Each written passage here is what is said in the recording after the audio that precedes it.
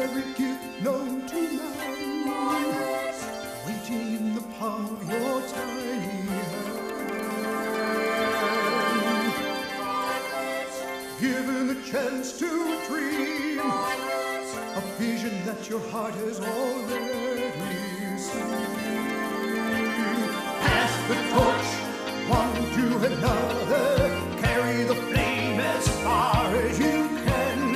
Pass the torch, sister to brother, the journey is yours, the journey is mine, a journey to understand.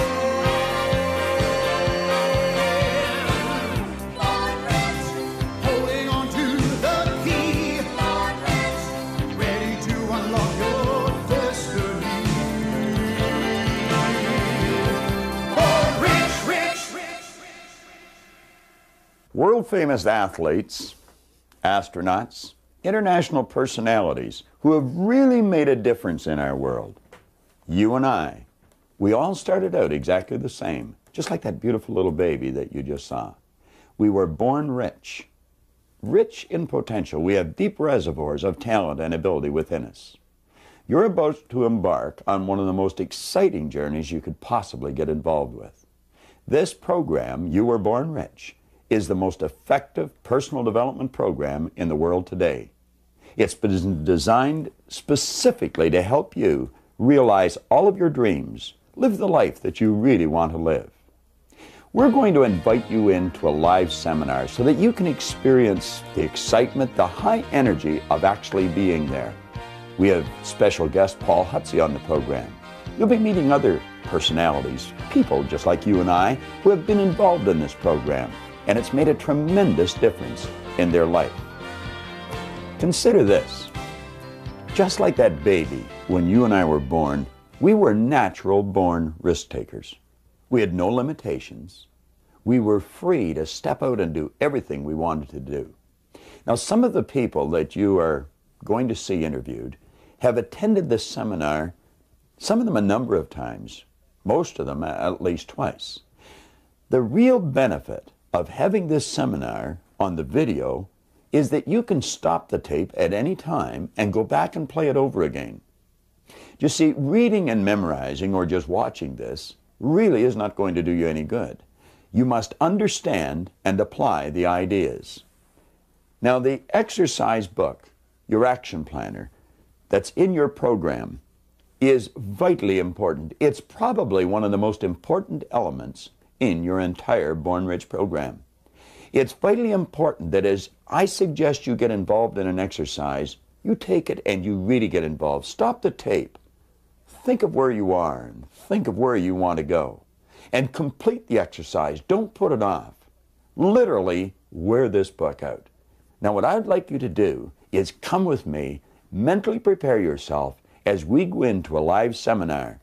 There's a seat saved just for you.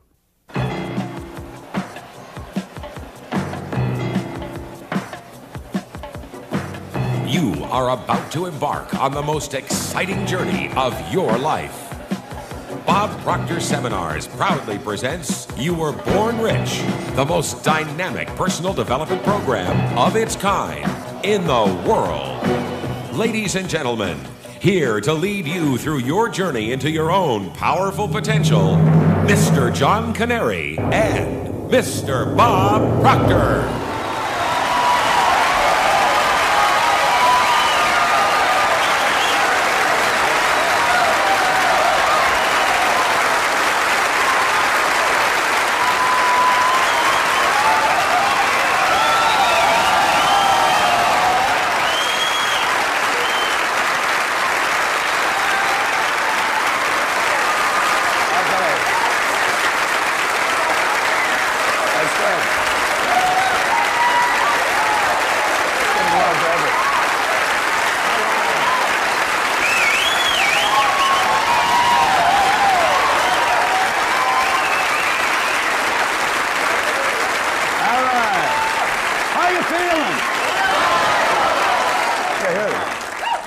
Can we do better than that, Robert? How are you feeling? I'll tell you what I'm going to do, Robert.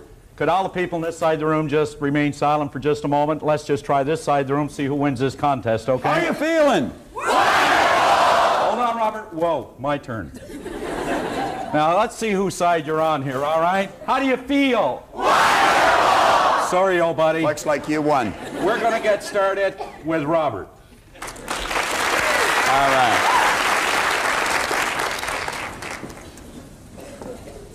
Well, I want to wish you a very warm welcome to our seminar here today.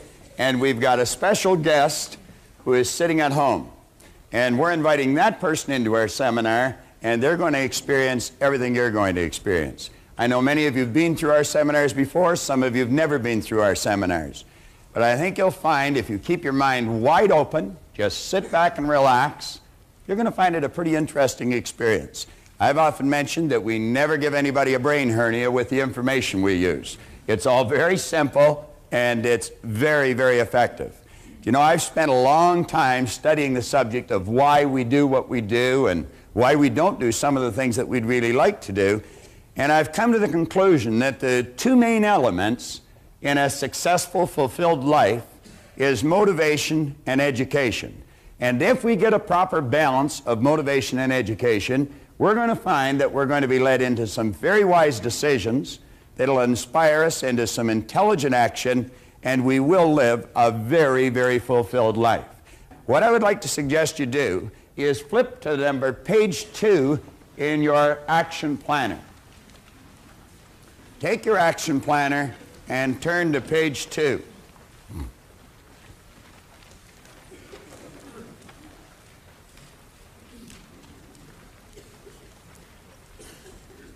You know, some time ago, John Canary gave me a little piece of literature about getting out of the comfort zone that was written by Bob Riggs in southern Florida.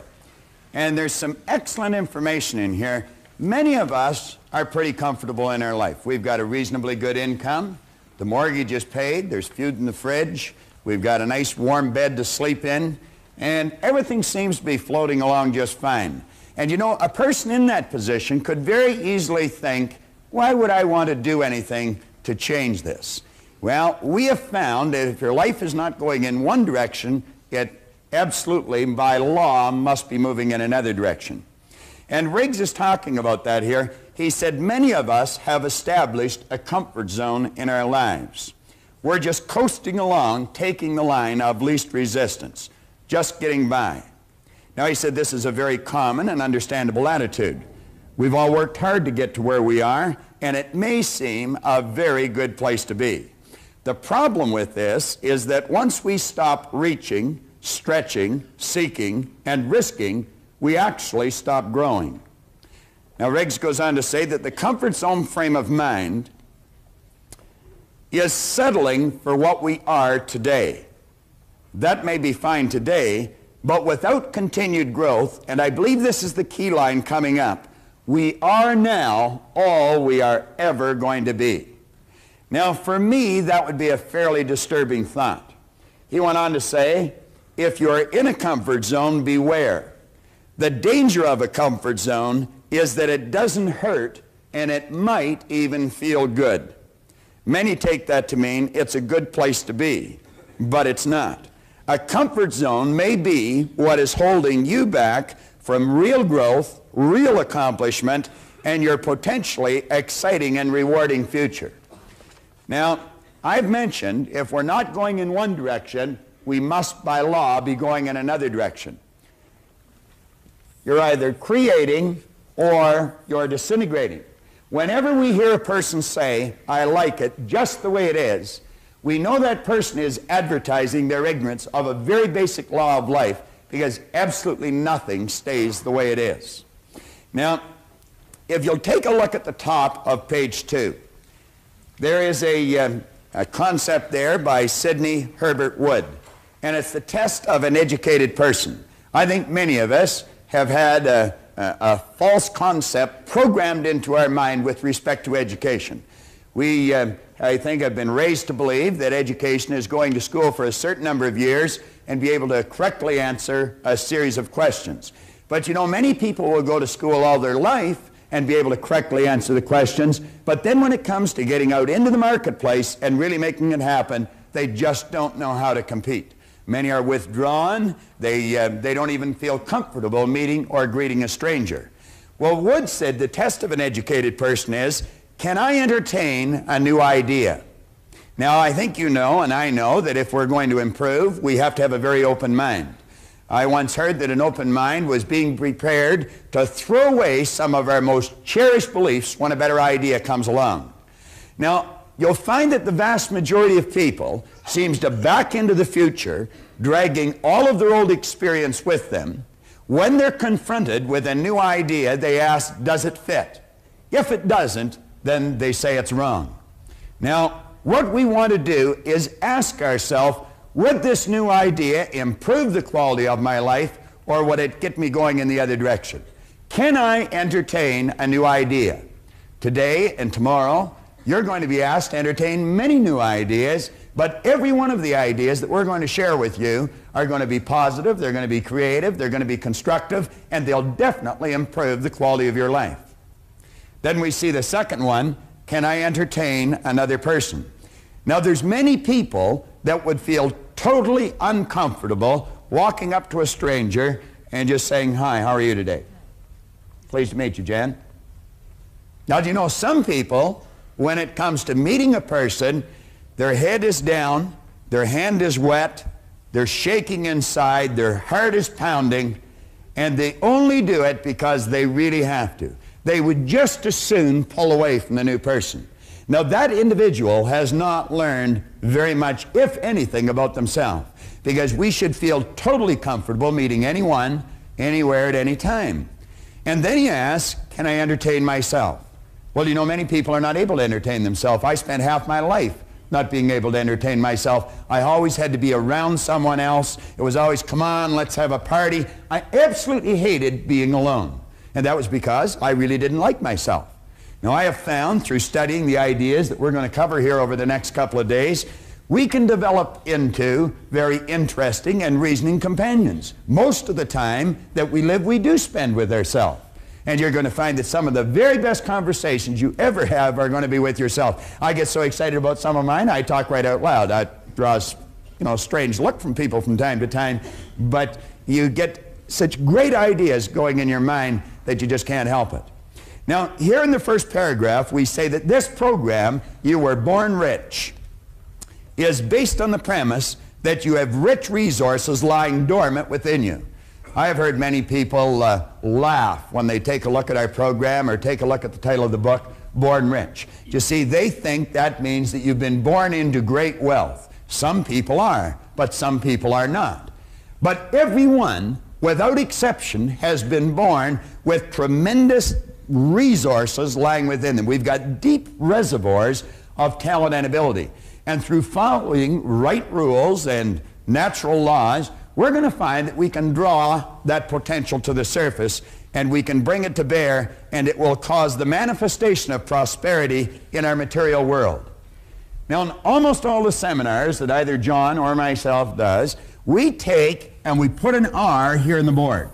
Now, what I would like to suggest you do is you let that R represent the results that you're getting in your life. Now, there's three areas that we're going to suggest that you focus on. One is happiness, one is health, and another one is material wealth. Now, when I first started to study this material, I was not happy, I was not healthy, and I definitely was not wealthy. I had a chap sit down with me, and he saw something in me that I obviously wasn't capable of seeing in myself. His name was Raymond Stanford, Raymond Douglas Stanford. In fact, I named my son after him, Raymond Douglas Proctor. And Ray looked at me and he said, Bob, let this here represent results that you're getting in your life. Then he asked me if I thought he was a happy person, and I said, yeah, thought he was. He said, have you ever seen me sick? And I had to admit I hadn't. He said, have you ever seen me when I was broke? And again I had to admit I hadn't. Well, he proceeded to tell me that he thought I was one of the most miserable people he had ever met. Well, and you know it was true. I was an unhappy human being. He said, you're always sick. Now, I didn't have a terminal illness, but I always had a headache or a cold or a backache or something. And he pointed at the area of money. He said, you're always broke. He said, you're forever trying to hit somebody up for a couple of dollars for gas. Now, if I was to put this in proper perspective for you, I was earning $4,000 a year at the time, and I owed $6,000. So do you see, I wasn't really interested in being happy or healthy at the time. I figured if I could just get this money problem straightened out, everything was going to be great. He proceeded to tell me that there were certain laws governing happiness, and if you follow them, you can just keep getting happier and happier. That sounded a little foreign to me, but that was his opinion. And he pointed out that you and I have an ingenious system built within us to keep our body in excellent working order. And then when he talked about the area of money, he said, you know, he said there's exact laws governing wealth. And he pointed out, he said, this stuff cannot talk, but it can hear. And he said, if you call it, it'll come. Well, I can assure you, I was ready to yell at the top of my lungs. I mean, if there was anything I wanted, it was some money. I figured it would take the heat off for a little while. Ray suggested that I go out and buy this book. It's Napoleon Hill's book, Think and Grow Rich. And you know, he said there's a secret in this book. And he said if you can find the secret in the book, you can have anything you seriously want. Now, you take a person that's unhappy, not very healthy, is in debt, you'd have a difficult time accepting that. I was 26, and I just couldn't accept the idea. But as Ray said, your way's not working, why don't you try his? And that's what I'd like to suggest to you today. If you're not getting the results you want, your way obviously isn't working, why don't you try ours? Now, I often mention that John and I have got license to brag about every idea we use because none of them are ours. We don't claim that we've originated these ideas. In fact, we openly admit we haven't. We've just gathered them from books here and seminars there and great teachers all over the world. And what we've done is put them together in an organized, coherent manner.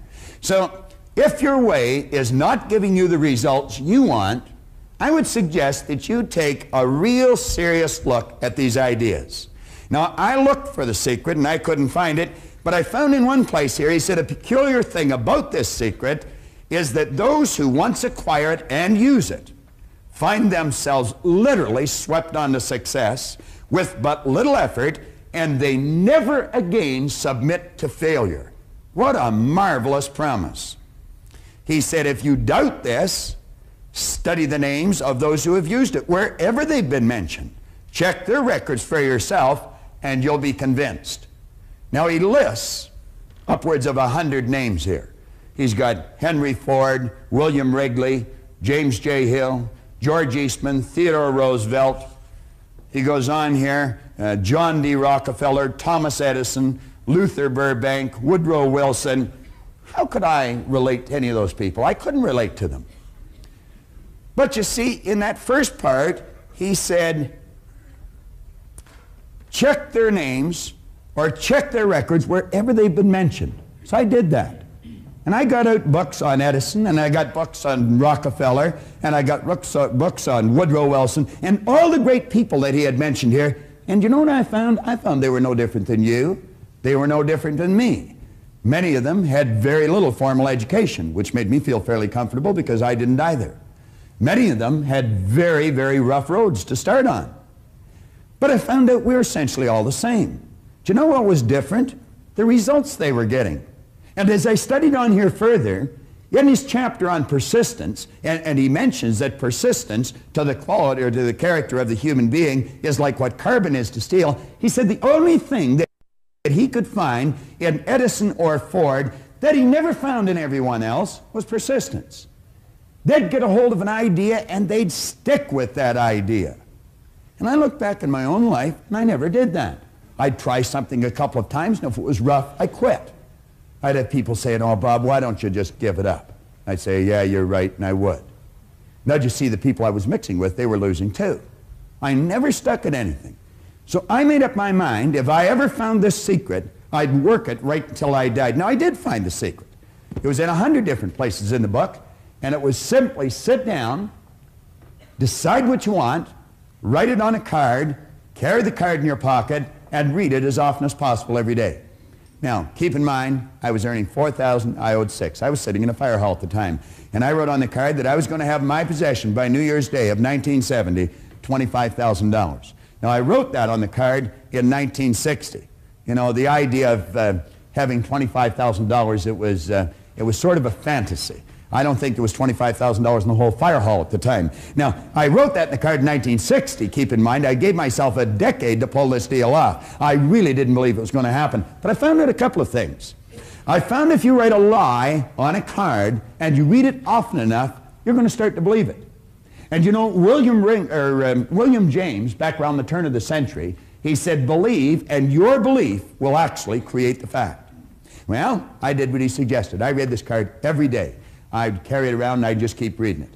And one day one of the guys in the fire hall got a hold of it and they pulled the card away and they passed it all around. Everybody started to laugh. Proctor's going to get rich. I had a chap in a seminar the other day that he said the same thing had happened to him. He was in a seminar and he got one of these gold cards and they passed it around at work and he said, everybody laughed at me, but he said, I'm winning. Now, I didn't read the card in front of anyone any longer, but I kept reading it. I'd go to the bathroom, and I'd sit in the toilet and lock the door, and I'd read the card. Or I'd be driving down the street, and I'd come to a traffic light, and I'd haul the card out, and I'd read it. Now, something very funny happened to me. 1 year later, I was earning $175,000 a year. Now, that's an enormous change, and it went well beyond $1 million in a year. Now, that was not supposed to happen. See, everything I'd been taught since I was a little boy indicated that if you don't go to school, you can't win. If you don't have business experience, you can't win. I had not gone to school. My second month in high school, they asked me to leave. I'll never forget how happy I was when they made that decision. As I look back, they were probably much happier than I was when they made that decision. But here I was, I was 16, I had very little knowledge, I had absolutely no skills, and at the very best, my attitude was poor.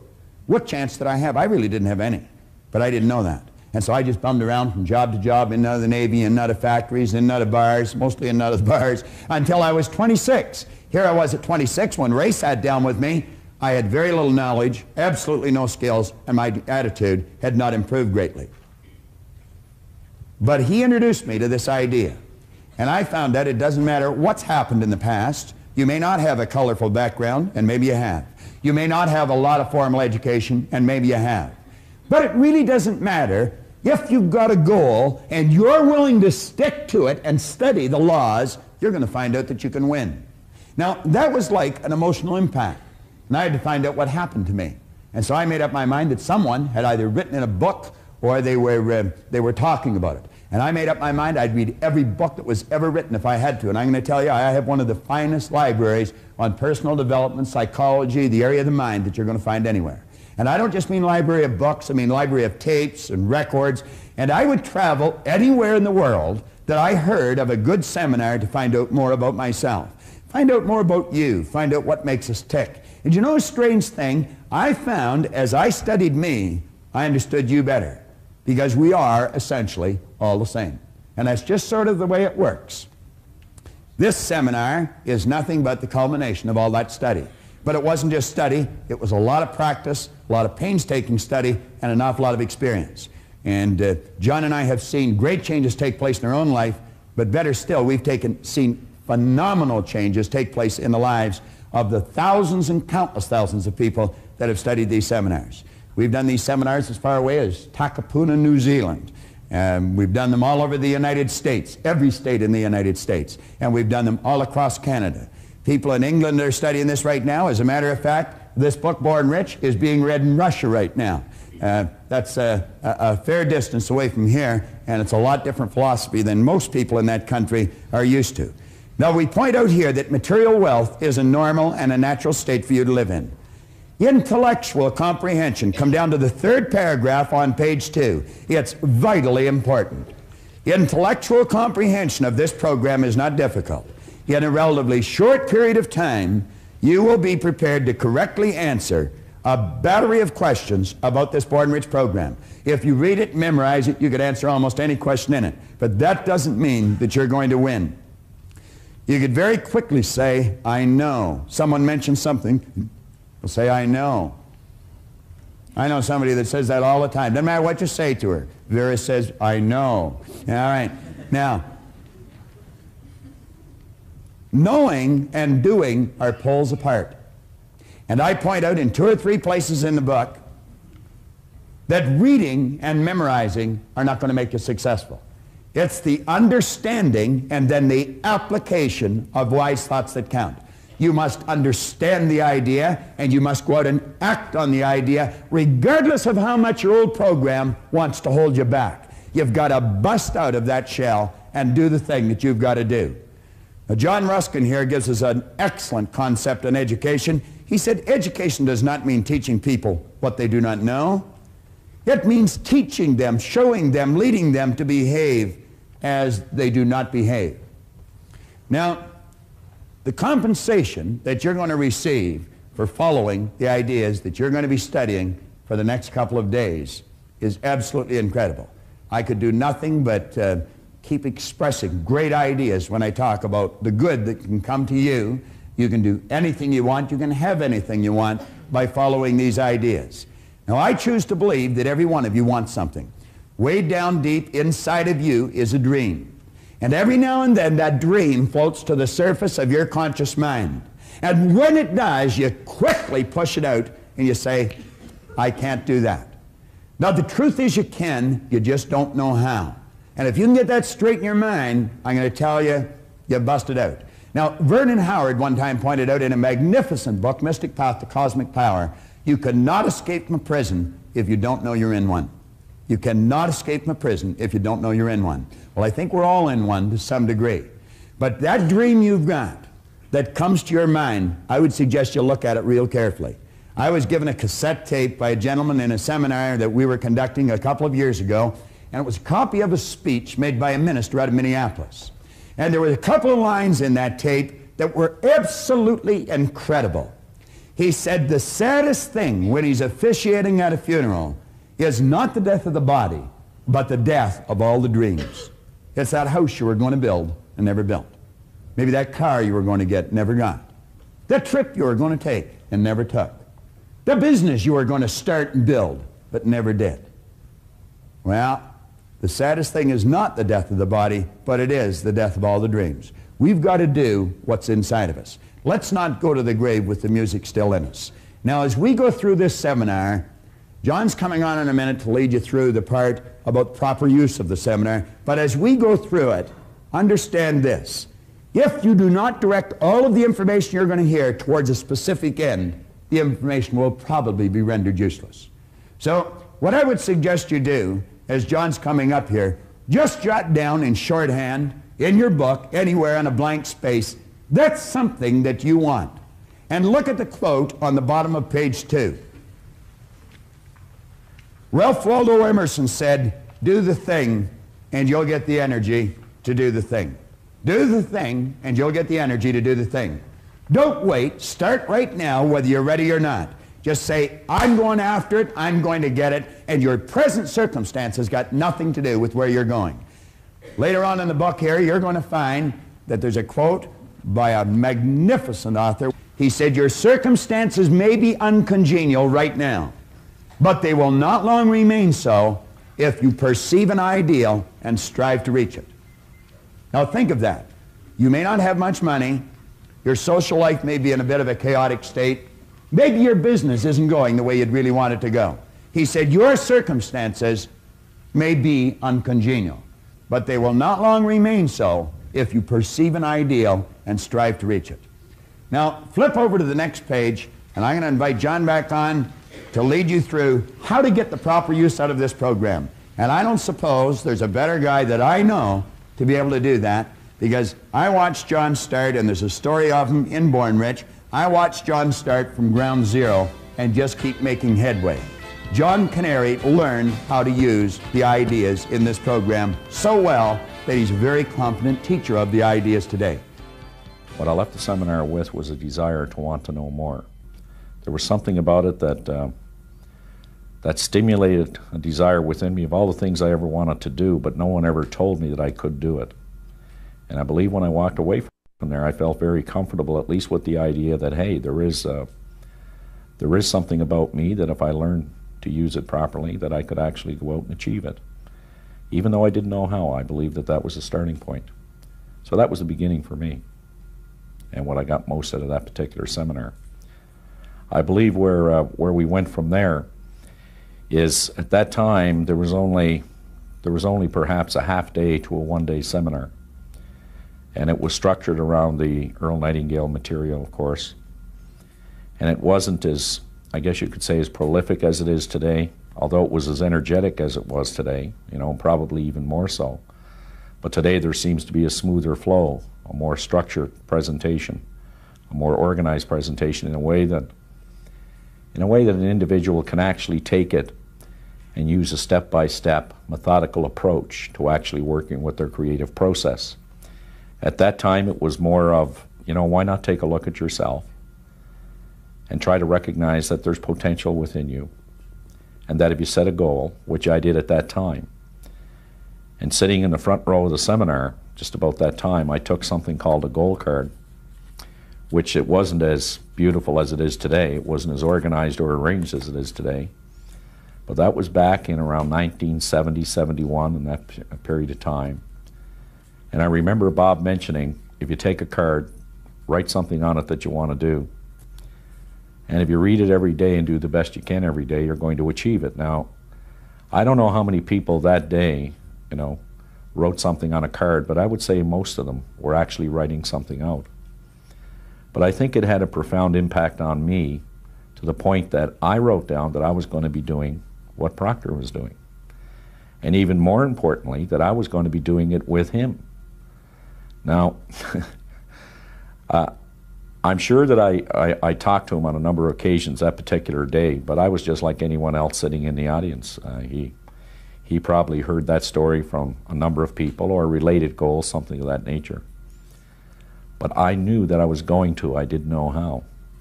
So wherever he was running a program, because I identified so much with the way that he explained it, there were so many people talking about how to in their seminars, and I was exposed to that. I was in training courses with respect to the product that I was selling at that time. But he was getting to a point where it was kind of like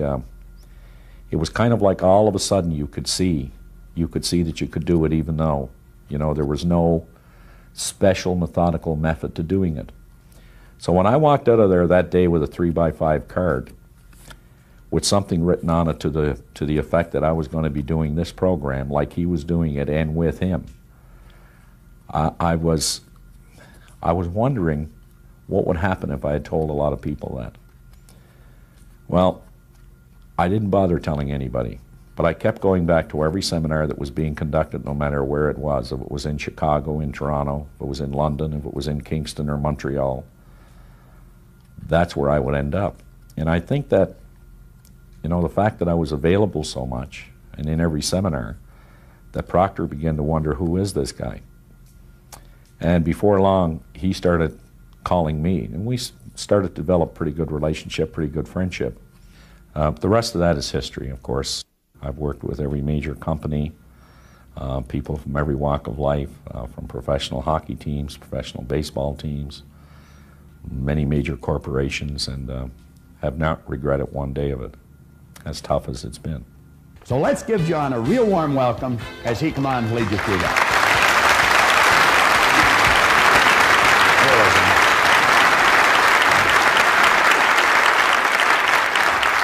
You know, anytime I start a seminar like this, I always like to start with the balls.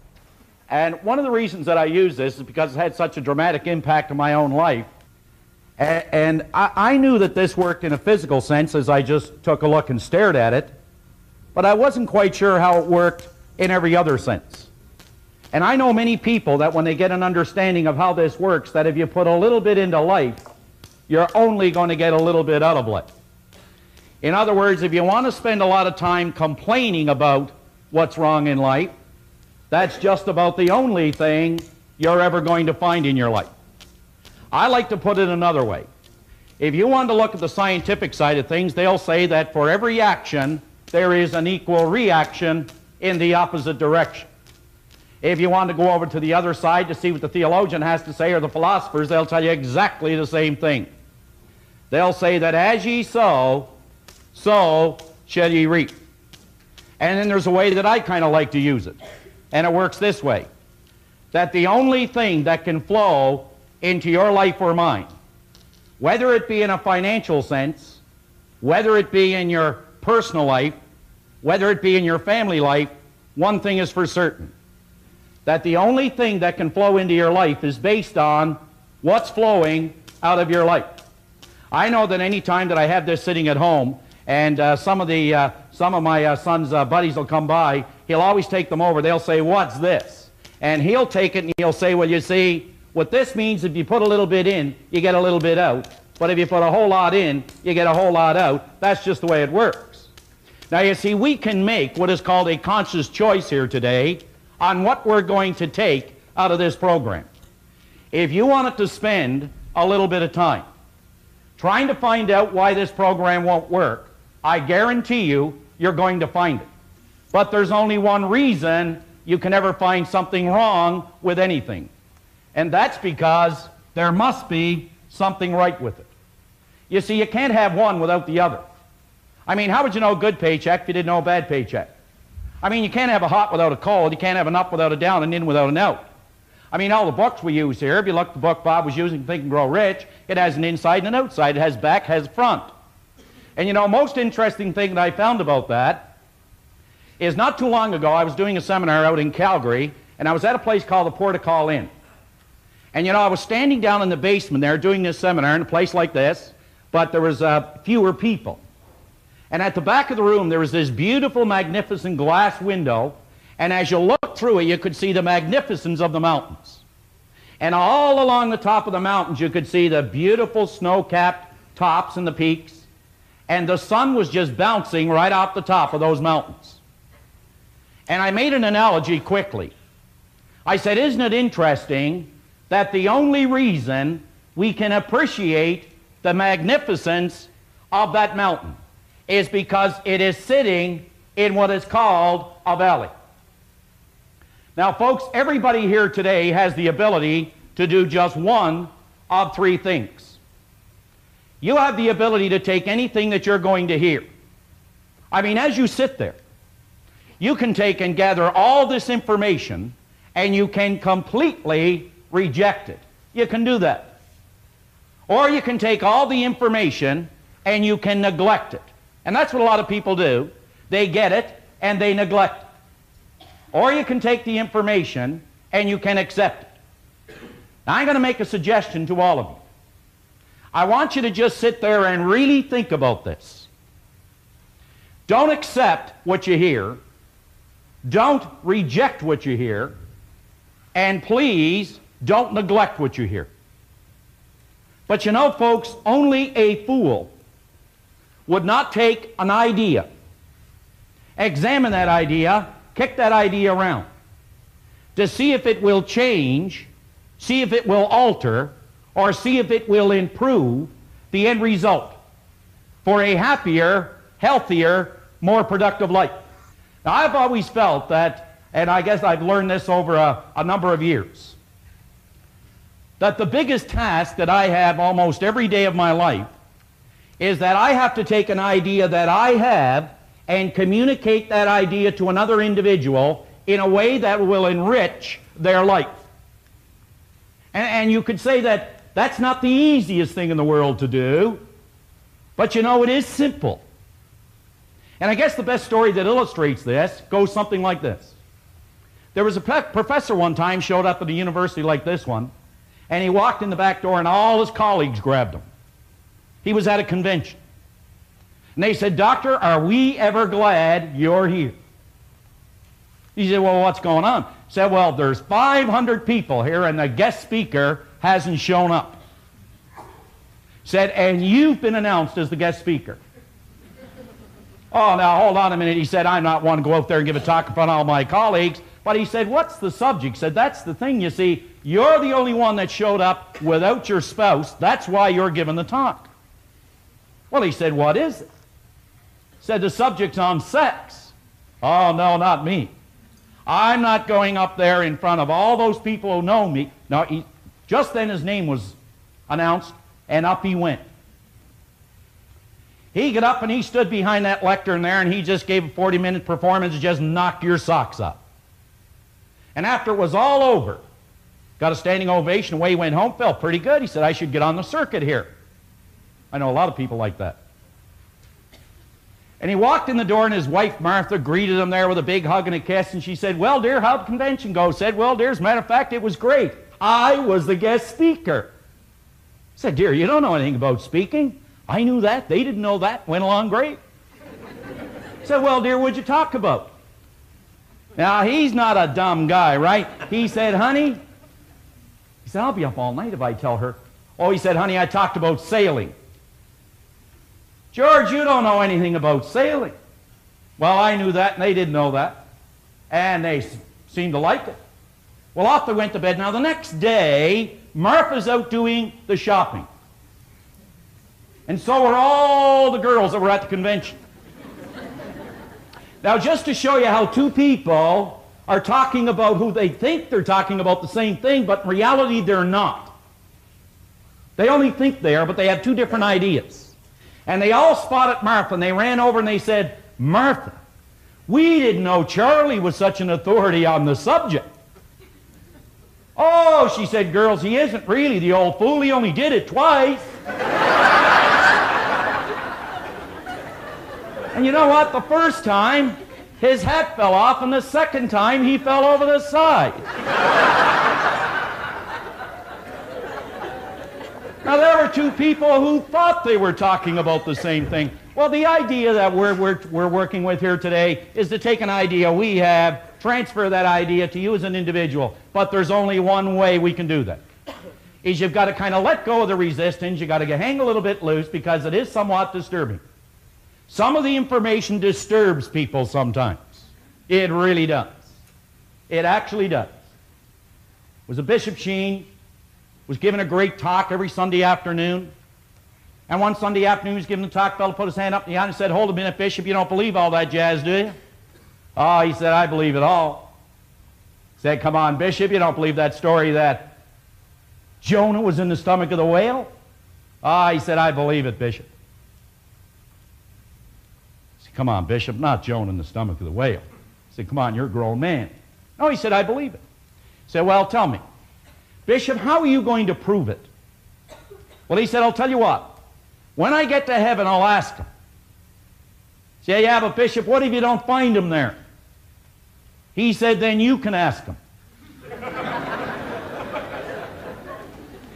So you see, if you want to reject it, you want to neglect it, go ahead. I know the information works.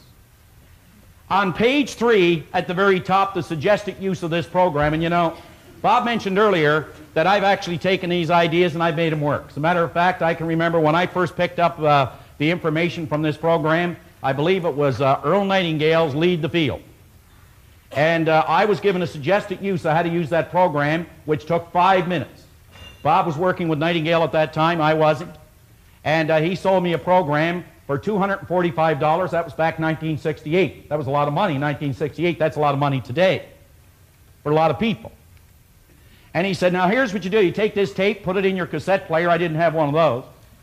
And he said, "What you do is turn the cassette on," because it wasn't a popular thing in cars. But he said, "You listen to the first tape all week. Then go to the second one and listen to that all week." That was the suggested use of the program at that time. So you see, I watched this program grow up. Not only grow up, but I've been able to take it and maximize it more than any individual I know that has ever gone through this seminar. And I can say that, and I can say it with conviction, I can say it with commitment. So let me just walk you through a couple of steps. Born Rich is the beginning of an exciting journey you're about to take. And like all journeys, which are properly planned and completely enjoyed, you must have these 4 basic points. You've got to work these 4 basic points. See, it's the old idea that there are 2 simple words that we could implement to really get the results we want. The first one is called order. Order. Order is the very first law of creation. And the second word is movement. And when you have order and movement working in your life, what begins to happen is there's a pattern of growth that begins to develop. You see, I think that we try to get here without first covering or bridging the gap of these steps along the way. So if we have the order, and the order is to make a decision that no matter where I am, no matter how well I am doing, I can do better, and I'm going to set an objective to bring about that order. And then we use the movement, which is known as a system, and I believe that Born Rich is a system. I don't believe it, I know it. You only have to believe something until you understand it, then you don't have to believe it anymore. But belief is the fuel to get you off the ground. So the first step, a clear understanding of where the journey begins. A very clear understanding of where the journey begins, and I don't know anybody that'll do that more effectively than Robert when he comes back up to start going through the basic concept and the creative process. Number 2, checkpoints en route to help you stay on course. You see, I believe we know, for the most part, a lot of us what we want. And as Napoleon Hill said time and time again in this great book, he said, you must know what you want, why you want it, when you want it, and an idea on how you're going to get it. You must know what you want, you must know why you want it, you must know, he said, when you want it, and he said you must have an idea on how you're going to get it. So we need checkpoints en route to help us stay on course. Number 3, a clear understanding of your destination. I believe one of the greatest definitions that I've ever heard of success in my life is that success is not a destination, never has been, but it is something called a journey. It has always been what is called a journey. It is not something you get, it is something you're becoming. It never ends. It's infinite in terms of growth. And number 4, a commitment. You know, I've spent a lot of time studying, as everyone else, books such as In Search of Excellence, In Pursuit of Excellence. I know when I look at Paul Hutsey, I think a lot about excellence. And you know, excellence is perhaps one of the most important words in your life.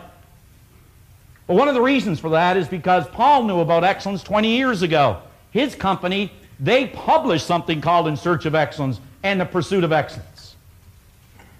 But what does the word mean? I hear people say excellence in this, excellence in that. What does the word mean to you? Well, I'm going to tell you what the word really means. It means a commitment to completion. Folks, you never ever want to forget that. Excellence is simply a commitment to completion. The steps are not easy, but the understanding of the steps are easy. If you remember, it's a commitment to completion. That means completing the things around home. It means completing the things at your work. It means completing the commitments in your personal life. It's a commitment to completion. You will agree a person would be very foolish to tell themselves they are presently in Atlanta, Georgia, and their destination is Dallas. If in fact they were actually in Calgary, Alberta, with Dallas, Texas as their destination. Do you know how many people that are trying to set a goal, they don't know where they're at, consequently they don't know how to get there? Unbelievable as this may seem, this is the classical error millions of people make philosophically with their lives. They are not completely honest with themselves when it comes to recognizing where they presently are. Where they presently are. Honest answers to every question and serious consideration to every exercise and suggestion will clearly indicate 3 points. And this is what this program is about, is these 3 points. Where your journey begins. That's number 1.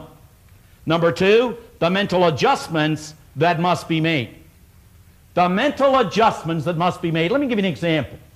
Anytime working with a young person, I just love working with young people. They only have to understand what a mental adjustment is and they'll make it quicker than you and I. Are you aware that your kids, they only have to what is called make up their mind. You and I have to change our mind. We can teach them how to make a mental adjustment, and here is the major mental adjustment that all of us have to make. Simple one. You must regard all adversity. You must regard all circumstance, all conditions in your life. If you could look at it as though it were an investment in which you can attract and learn more about growth in your life. It's an investment only. What a difference we'd find in everything that we do. And number 3, approximate time it will take to complete the journey. The approximate time it will take to complete the journey. Now, before you become immersed in your Born Rich program, form the attitude that this program has been prepared especially for you. This is for you. This is not for me. This is not for me only. It's not for Bob. It's for you. Especially prepared for you. Imagine that the author, that the speaker is a clear, personal friend whom you have chosen as your mentor. I wonder how many of us have a mentor. I always say when a program ends, it's the beginning. It really is.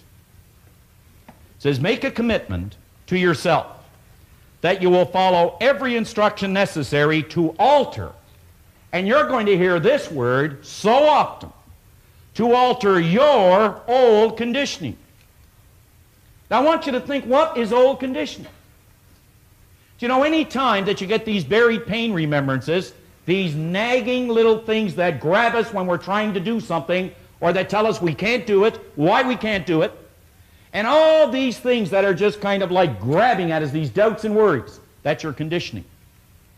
You know, I'd give anything if a person would just grab hold of one idea, this one simple idea. Any time that you get feedback telling you why you can't do something, if only, folks, you could remember it's not a reflection of your potential or you as a person, but it is a reflection of your conditioning. I'd give anything for a person just to understand that.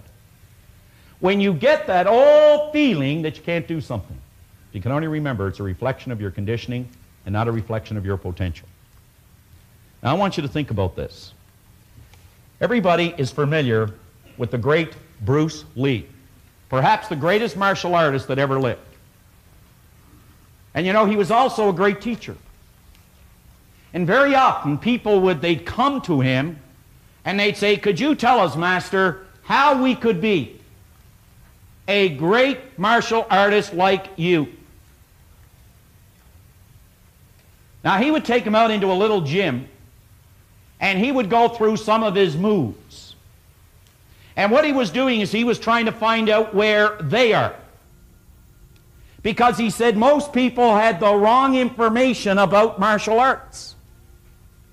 Just like many people have the wrong information about this word, success. This word success, this progressive realization of a worthy ideal. And after he'd take them through the little exam, he would sit down at a table, he'd put them on one end. He'd sit on the other end.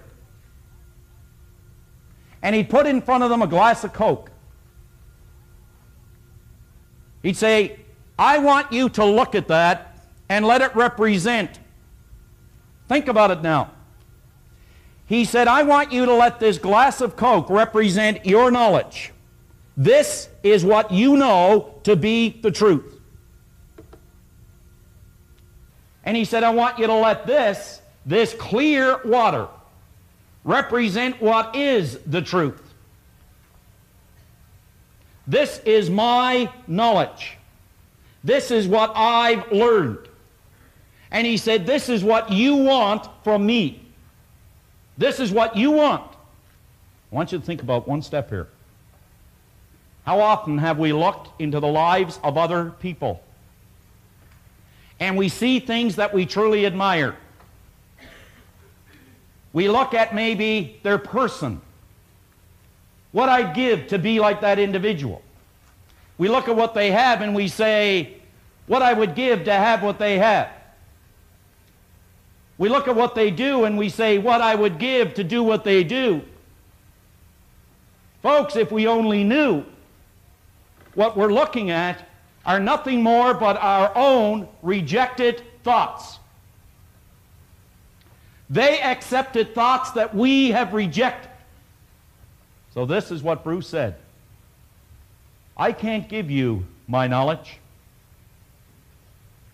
because, you see, there's too much of yours. However, he said, if you are prepared to let go of yours and make room for mine, then we can work together. But as long as you hold on to this, I can't give you this. Think about it. Are you prepared to let go of what you've learned? And by that, I don't mean to just cast it aside, but to examine it. And to take a new idea that you will hear in 2 days here. A new idea. And to examine that idea, entertain that idea, to see if it will change, alter, and or improve the end result for a happier, healthier, more prosperous life. If you're prepared to do that, this program will really, really work for you. Will really work for you. Would you go back to the book with me, please? Second last paragraph. Rather than merely listening to the messages, questions and exercises, think. Think deep, penetrating thoughts. Ask yourself, what does this mean to me? How can I apply this idea to my life? Remember, not how can I apply it to someone else's life. How can I apply this idea to personal growth and development in my life? Because the simple basic laws of life are create or disintegrate. We're either moving forward or we're going backwards. And the last paragraph, set aside a definite period of time every day, weekends and holidays included, for the proper use of your Born Rich program. In other words, make a decision. See, folks, we don't have as many problems as we have decisions to make. By that, I'm not asking or suggesting that you should discount your problems. I would never suggest that. But you know, I am suggesting that you have the talent, the ability, the potential to handle and to deal with your problems. So do we have as many problems as we have decisions to make? It says, for the proper use of your Born Rich program, you must set aside different times to work with it. You eat every day to nourish your body. Look at your Born Rich program as a form of healthy nourishment for your marvelous mind, and use it daily until its use becomes habitual. Until its use becomes habitual. Now, in 2 minutes, I'm going to bring Bob up here to go through the basic concept, which is the real star of this program, is what you're going to see on the board. It's what it's all about. The first time I was introduced to this concept, believe me, it hit me. I had such impact on me. Didn't change anything right away, but it showed me a way to do it. In 1973, I had something written on a goal card. Had something written on a goal card. And on that goal card, there was something very interesting. I said, on March the 1st, 1973, what I wanted to do was this very program. Now, at that time, I could not lead this group, you could say, in silent prayer. I could not have led this group in silent prayer. Could not. But I wrote on it that March the 1st, this is what I was going to do. Now, when February the 28th rolled around, now I tell you this for your benefit, not mine, for your benefit, because someone sitting here today is probably thinking exactly what I was thinking, but maybe in a different area. I had absolutely no credentials to do this. None. Absolutely none. And for 3 years prior, 4 years prior, wherever Robert was doing a seminar, I'd be there. Paul Hutsey knows that. I'd fly wherever he'd fly. I'd go wherever he was, and I'd sit in the front row. I have at home maybe a couple of thousand workbooks from seminars. A couple of thousand. Notes all through them. Some of them can't even read them anymore. Now, on February the 28th, after 4 to 5 years of a lot of pain, and there was, 4 to 5 years of a lot of traveling, and there was, a whole lot. A whole lot. There was a lot of things. You know what really happened? On February the 28th, I was no closer to the goal. Now remember, it was 1 day away. 1 day away. I was no closer to the goal. After 5 years. Kind of disheartening and discouraging, isn't it? So this is what happened. I got a phone call from Chicago. It was Robert on February the 28th, 1973. And he said, John, I got some bad news for you. I can't get to Toronto. Chicago is closed. He said, you're going to have to do the seminar in the morning. Now here it was, it's what I always wanted to do, and the first thing that hit me was fear, panic. And I remember giving him a gold card, and he said, you obviously had something to do with the Chicago airport closing. But to the day, it worked. Even though all the appearances said it wouldn't work. But you know what? I made a decision. This was my knowledge. This was his. I had to get rid of mine to get his. That's what you're going to have to do.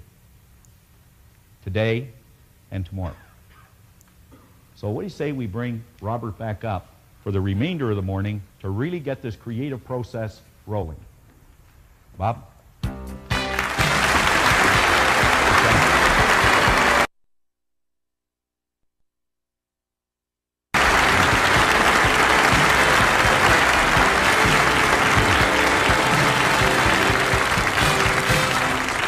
Thank you, John. I want to suggest now that you really put on your thinking hat. I have a paper here that was written by a gentleman who has since passed away. He was a great Canadian. His name was Dr. Lawrence Rampell. And when I first moved back to Canada from the United States about 8 years ago, Dr. Rampell was sitting right here where Mr. Kavuk, the great photographer, is sitting.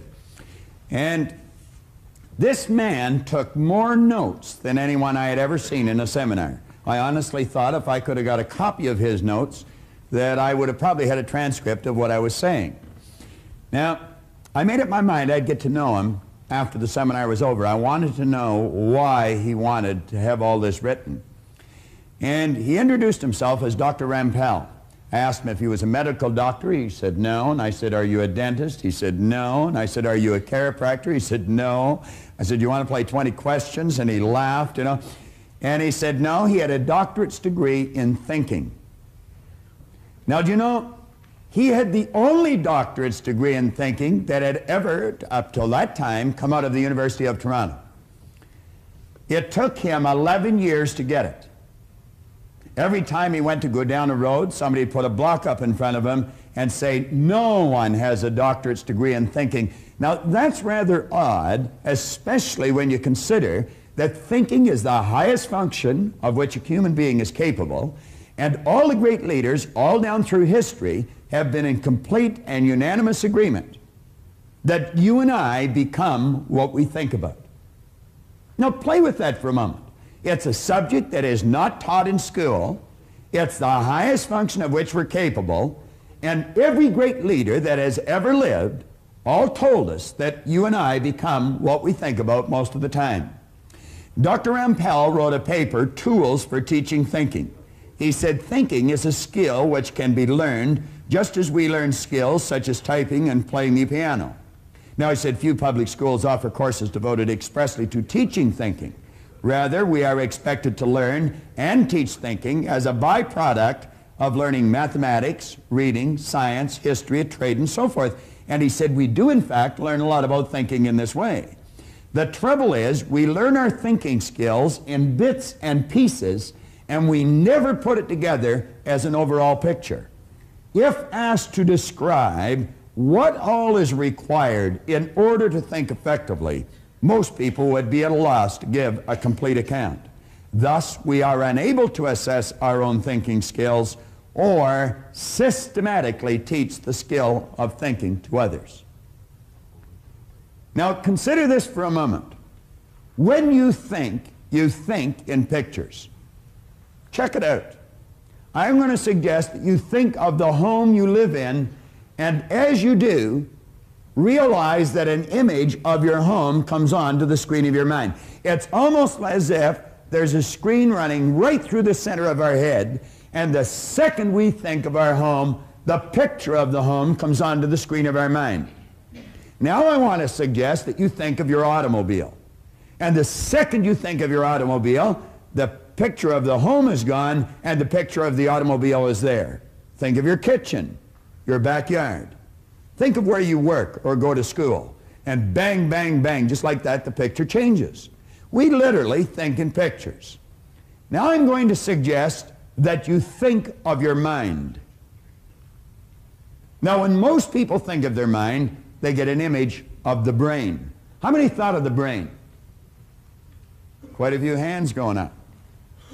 And yet you know the brain is not the mind any more than the fingernail is. And paradoxically, the fingernail and the brain is the mind. You see, mind is an activity and body is the manifestation of that activity. And we're going to find out as we go along through the morning and this afternoon that the body is really nothing but an instrument of the mind. Now, your brain is comprised of hundreds of thousands of cells. Into these cells we impregnate pictures or images. And as we think, we activate that particular group of brain cells, and the picture that's in them flashes on the screen of the mind. Now I'm going to come back to that in just a moment. Flip over onto page 5 in your exercise book. At the top of the page, it's talking about me and money. Now when you think of yourself and you think of money, what kind of a picture do you get? Do you know the vast majority of people get a picture of poverty? And what we want to do is take and build cells of recognition in your brain for prosperity. So we're talking about me and money. That's you and your money. Now we say the program was written in the sincere hope that it would lead you. And that's all we could do is lead you. It's like Dr. Billy B. Sharp in Chicago. He said a person will not believe something until they discover it for themselves. So we just actually want to lead you to this new awareness. Well, we want to lead you to the many discoveries that lie within you. And we're going to do that through the repetition of prosperous ideas. What we're going to do is tell you one thing 10,000 times and 10,000 different ways. And we're going to cause pictures to fly on the screen of your mind until you get a clear picture of greatness and prosperity locked up within you, because that's what they're, regardless of whether you understand that or not at this point. Now, we're suggesting that you start to see money. Whenever you think of money, see this stuff as an obedient, diligent servant. You're the master, it's the servant. And don't ever get that equation reversed, or you're going to find yourself in very, very deep trouble. You can use this to provide service far beyond your own physical presence. If you and I had no money, we'd still be able to provide service, but the service that we provided would be confined to our physical presence at any given place or any given time. However, if we had some money, we could provide that service far beyond our own physical presence. So let's make certain that we get that programmed into those cells properly. Now you come down a little further, we're going to say here that lack and limitation can only exist when we make room for them in our mind. But prosperity consciousness knows no lack and it knows no limitation. Now, I want to suggest that you resolve to just completely take the lid off your marvelous mind. Just blow it away. And let the greatness start to flow around in there. Now, flip over to the next page. When we start thinking about money, and we start thinking about ourselves, as I suggested, we get images on the screen of our mind. Now, on page 6, we say throughout your entire Born Rich seminar, your attention is directed at the importance of your mind. The type of thoughts and ideas which occupy your consciousness are of paramount importance in developing prosperity in your life. Your mind is either in an orderly or a confused state.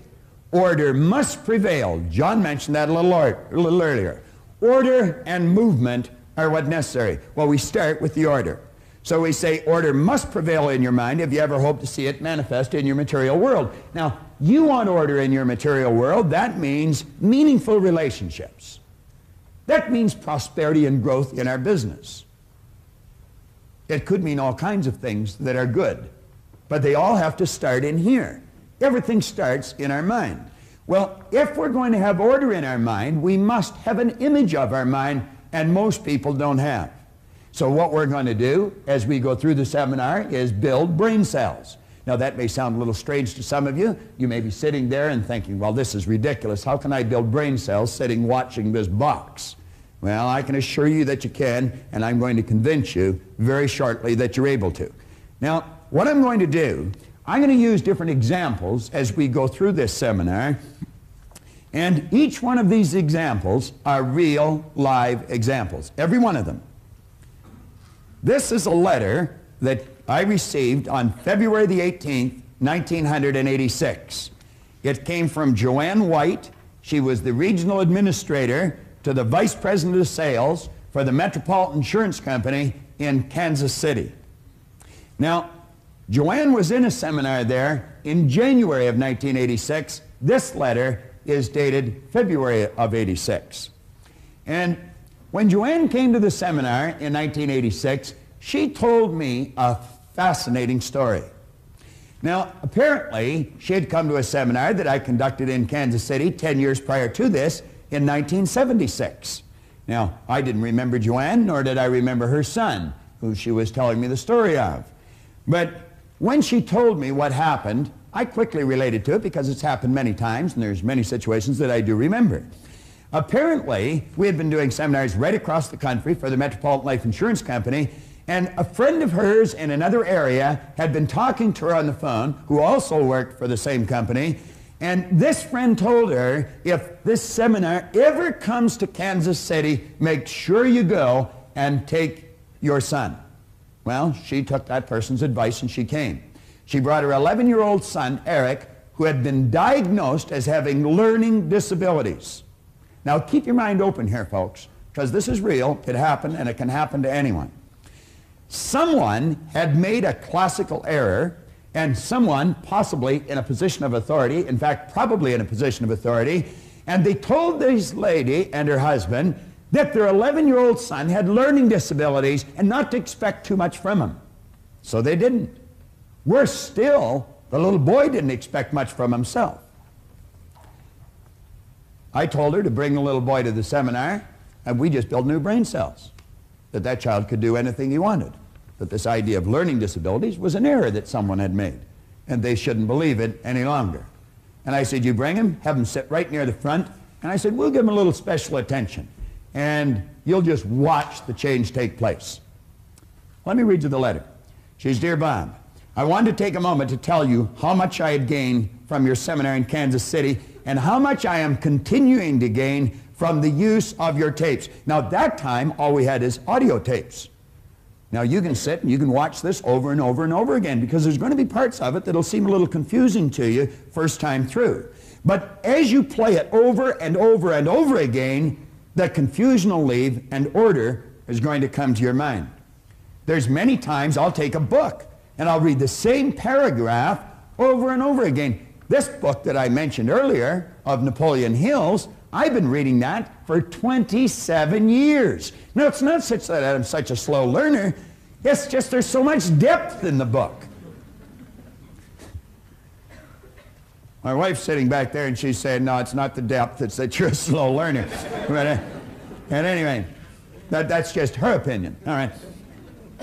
Now, she said, I listen to the tapes each time I get in my car, and I intend to continue to do so. And, of course, you've got the audio cassettes from the seminar as well, so you can just snap them into your car. Remember this. If you only drive 25,000 miles a year, you're spending 13 40-hour weeks behind the wheel of that automobile, all of which your conscious mind is free to travel around and do anything it wants to do. Your body is programmed to drive the car. Well, she says, Bob, I'm sure at times you ponder over the long-range effects of these seminars. Do you merely get people excited and then once you leave town, forget it? Well, I attended your seminar when you were in Kansas City 10 years ago. I brought my 11-year-old son who was going through some trying times in school.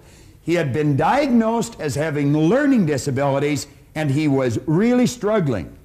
Listen to this. He was certain he was a reject. What a terrible thought to be running through the little kid's mind. I'm a reject. Many adults running around with that thought in their mind. You could have been sitting with that thought in your mind. You might be sitting with that thought in your mind. I'm a reject. There's no such thing as rejects. God didn't make any rejects. But she says, I brought Eric to the seminars. He learned that you can do anything or be anything that you believe you can. He learned to set goals and to achieve the goals that he set. Listen to this for progress. I am very proud to tell you there was both an immediate and a long-range change in Eric's performance. In that same school year, his grades spiraled upwards and he became an honor student. Eric attended Bay State. He is an Eagle Scout. He was listed in Who's Who in American high schools. He was editor of his school paper. He qualified for scholarships, that's plural. He had his choice for college. And at the present time, he's a junior at the University of Missouri, and he's on the dean's list. I feel a great deal of this can be credited to the fact that this 11-year-old boy learned he could do anything he believed he could, and he became a goal setter. Joanne concluded by saying, Bob, I just wanted to share this letter with you, as I really do not know if we would be able to tell this success story if I had not brought Eric to this seminar. I'll always be grateful. I guess she will, and I guess Eric will too. And what was the big win? Was it the Who's Who in American high schools? Was it being editor of his school paper? Was it the honors that he accomplished that first year? Was it the college scholarships in college? I don't think so. I don't think any of those things were the big win. You know what the big win was? It was the one single idea that enabled him to do all these things. And one idea can cause you to make the progress this young boy made. We have a gentleman in our audience, I'm not quite sure where he is.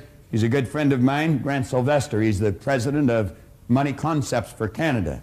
And Grant Sylvester hired us to conduct these seminars way back in the 70s for a large company that he was a senior executive in. And right across the country, they had a 53% increase in sales. Now that's hundreds of people. That's an enormous increase.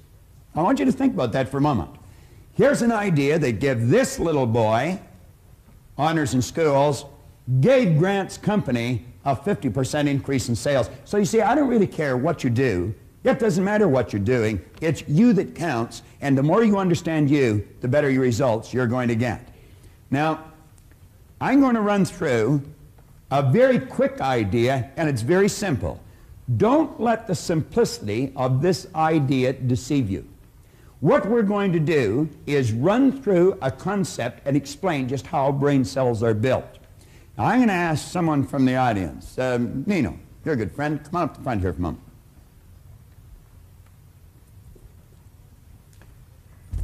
All right, Nino. Wonderful, Bob. Give Nino a hand.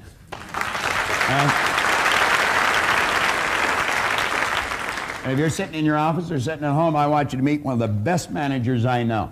Thank you. And I mean that sincerely, and I'm not just saying that to flatter Nino. I'm saying that because of the results that I see as people get.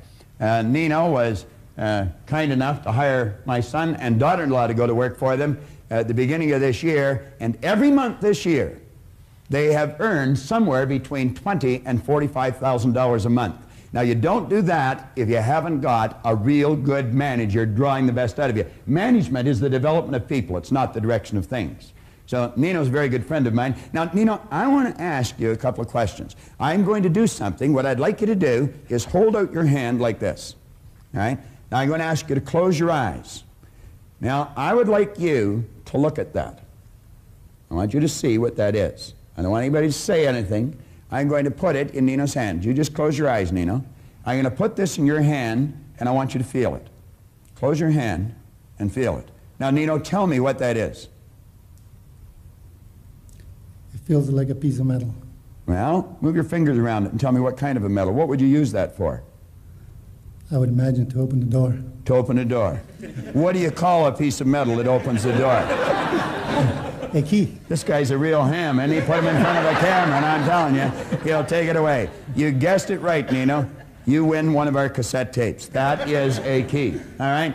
Now, what happened there? Let's stop and think of what happened. Nino has sensory factors. He can hear, see, smell, taste, and touch. And when your sensory factor touch comes in contact with something, a light message is sent through a nerve passageway in your body. It strikes a group of cells in your brain. Those brain cells are activated, and the picture that's in the cells flash on the screen of the mind. So although Nino was not looking at this, which is a sensory factor, and it'll work that way too, he was touching the key, and that triggered the image on the screen of his mind. Now what I'm going to do, I am going to show something to Nino, and I'm going to ask him what it is. Nino, I would like you to tell me what that is. A pen. A what? Pen. A pen. You think it is? Yes. You don't know what it is, do you? You're guessing now, aren't you? Now, you weren't guessing when you told me what that is. No. But when I asked you what this little metal object was, you're guessing. Is that correct? Correct. Now, Nino, what you're really saying is, I had cells of recognition when I touched this, but when I look at this, I have no cells of recognition. Now, we're going to build cells of recognition in your brain. I'm going to tell you what this is, and I'm going to do something with it, and as I do that, instantly, in a millisecond, cells will be built in your brain. That, Nino, has a little plunger on it. Now, as I hit that plunger, something's going to come out of here. Do you see that? That is a toothpick, Nino.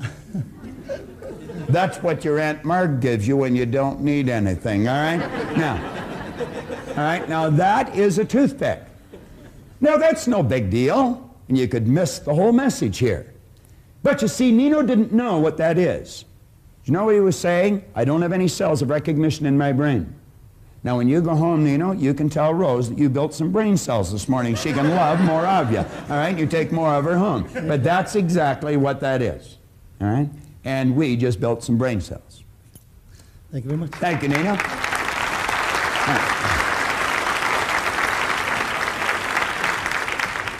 Nino Spizzeri is, without question, one of the greatest real estate sales managers I've ever met.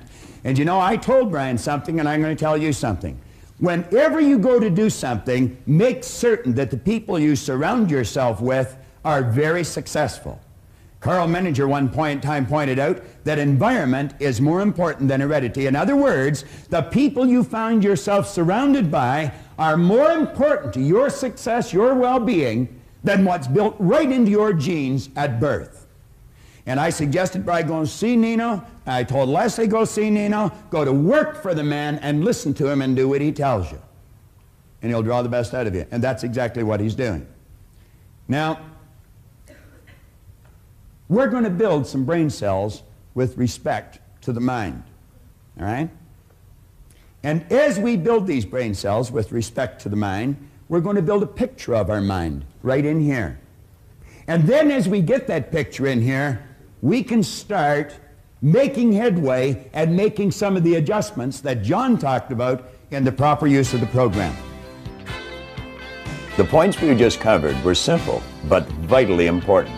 And one of the most important points of all was the fact that you and I must have an image of our mind. Without an image, we have confusion. So that's very, very important.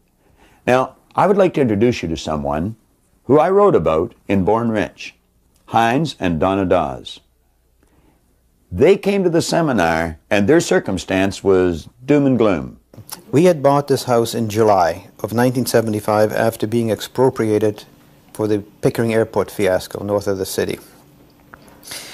And almost every evening I would come home and I would be extremely negative, started to take out my frustrations on Donna because the mortgage payments and everything else was more than what we expected. And after you buy a home, you have to buy curtains and things like that.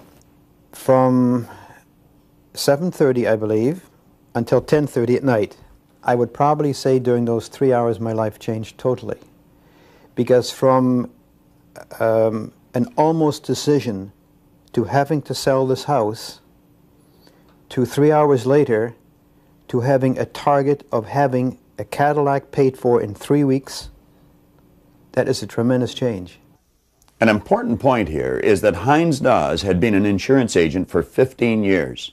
He had great information. He had heard many motivational speakers, but he was still at the financial point where he was going to have to sell his house.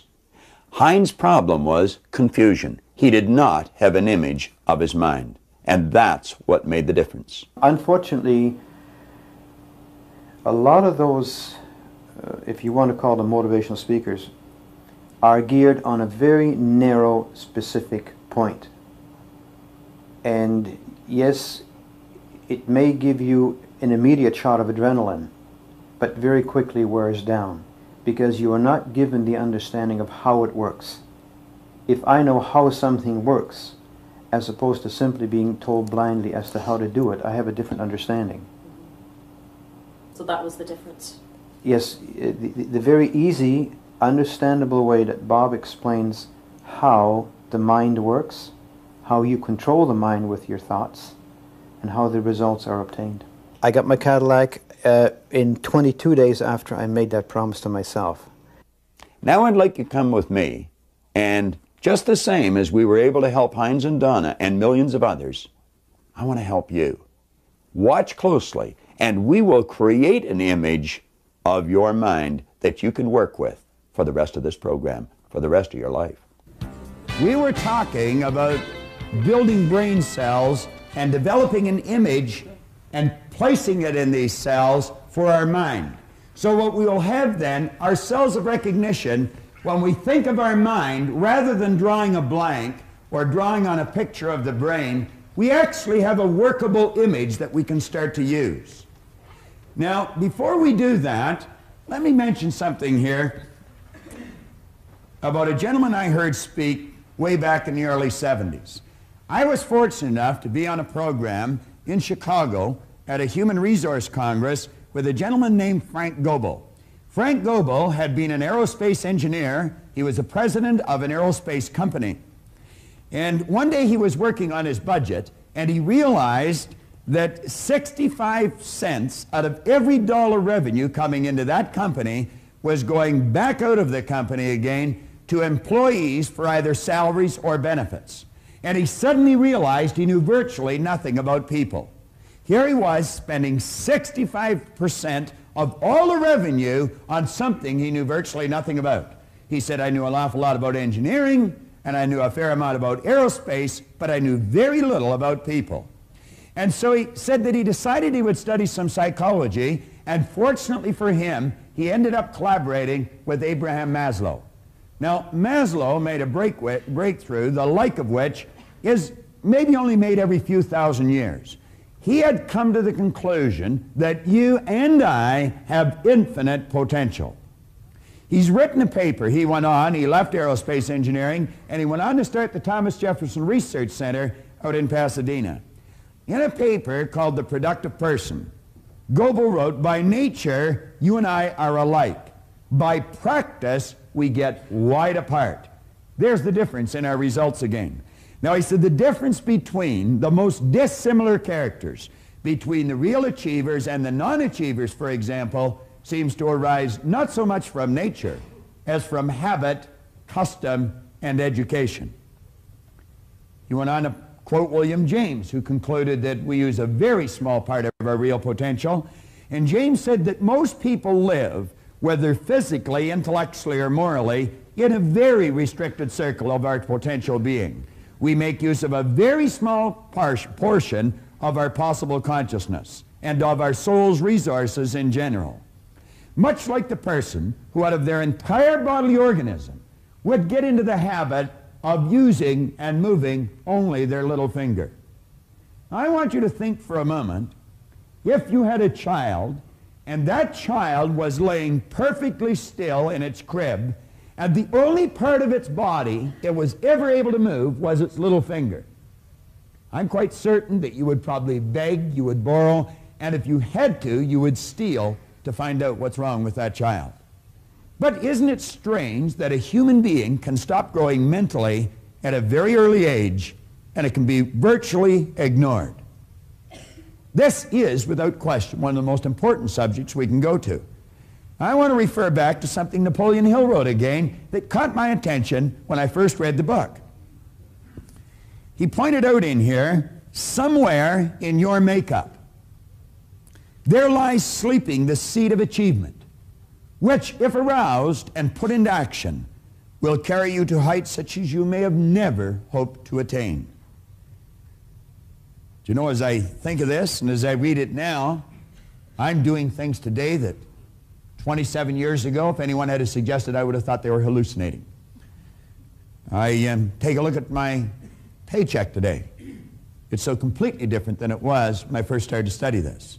In fact, the same people that used to pay me $4,000 a year are now paying me $4,000 an hour. And the only thing that's really changed is what's going on inside. Everything was already there. It's just a matter of learning how to use it. Now, he said, just as a master musician may cause the most beautiful strains of music to pour forth from the strings of a violin, so may you arouse the genius which lies asleep in your brain and cause it to drive you upwards towards any goal you may wish to achieve.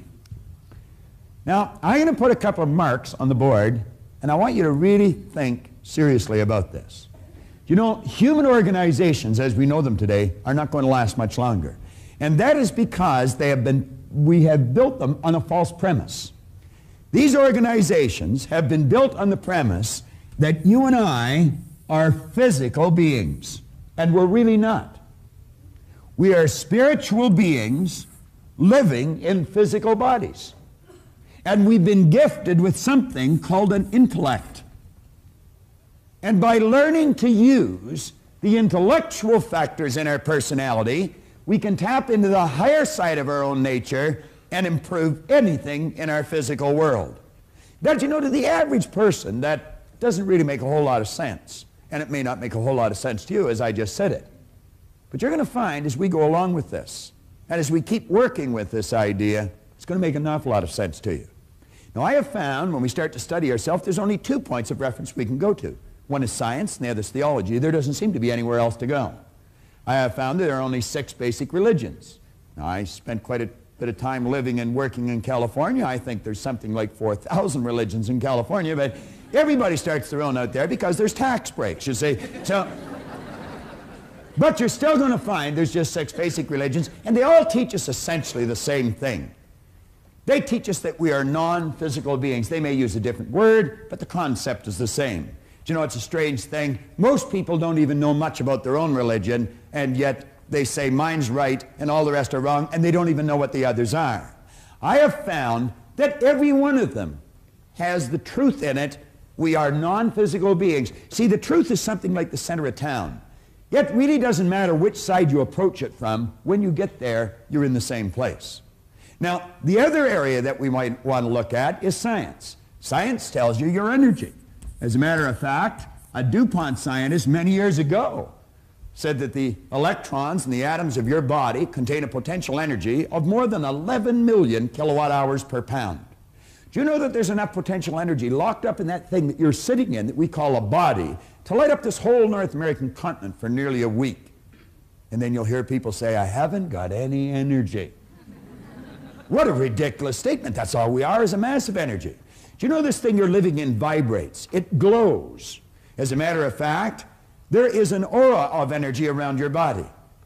That is the cells leaving your body. Your body changes at the rate of about 50,000 cells per second. And as the cells leave the body, new ones are created. And you know you can photograph the energy leaving the body. Semyon Kirlian, way back in the early 30s, perfected a form of photography where he could take and photograph mass, and the rays of energy coming from the body would penetrate the camera, penetrate the film, and you'd actually catch it on the film. And you'd photograph the density and the color of it. I would imagine you're very familiar with this, are you, honey? That's right. And you know, as the image in a person's mind changes, the vibration of their body changes, and the density and the color of this energy changes, and changes dramatically. Do you know you've even got a mental faculty where you can start to feel that energy coming from a person, and you can determine the mood they're in very, very quickly. You can virtually read what's going on inside an individual. Now, as we study this, we're going to find that this side and this side is actually all hooked up. Think of this for a second. You see sitting here on the lectern a glass of water. Now, let's stop and think about this for a moment. We call that glass. It's actually energy. Because of the speed it's vibrating at, we call it glass. We call this water. That's what it is.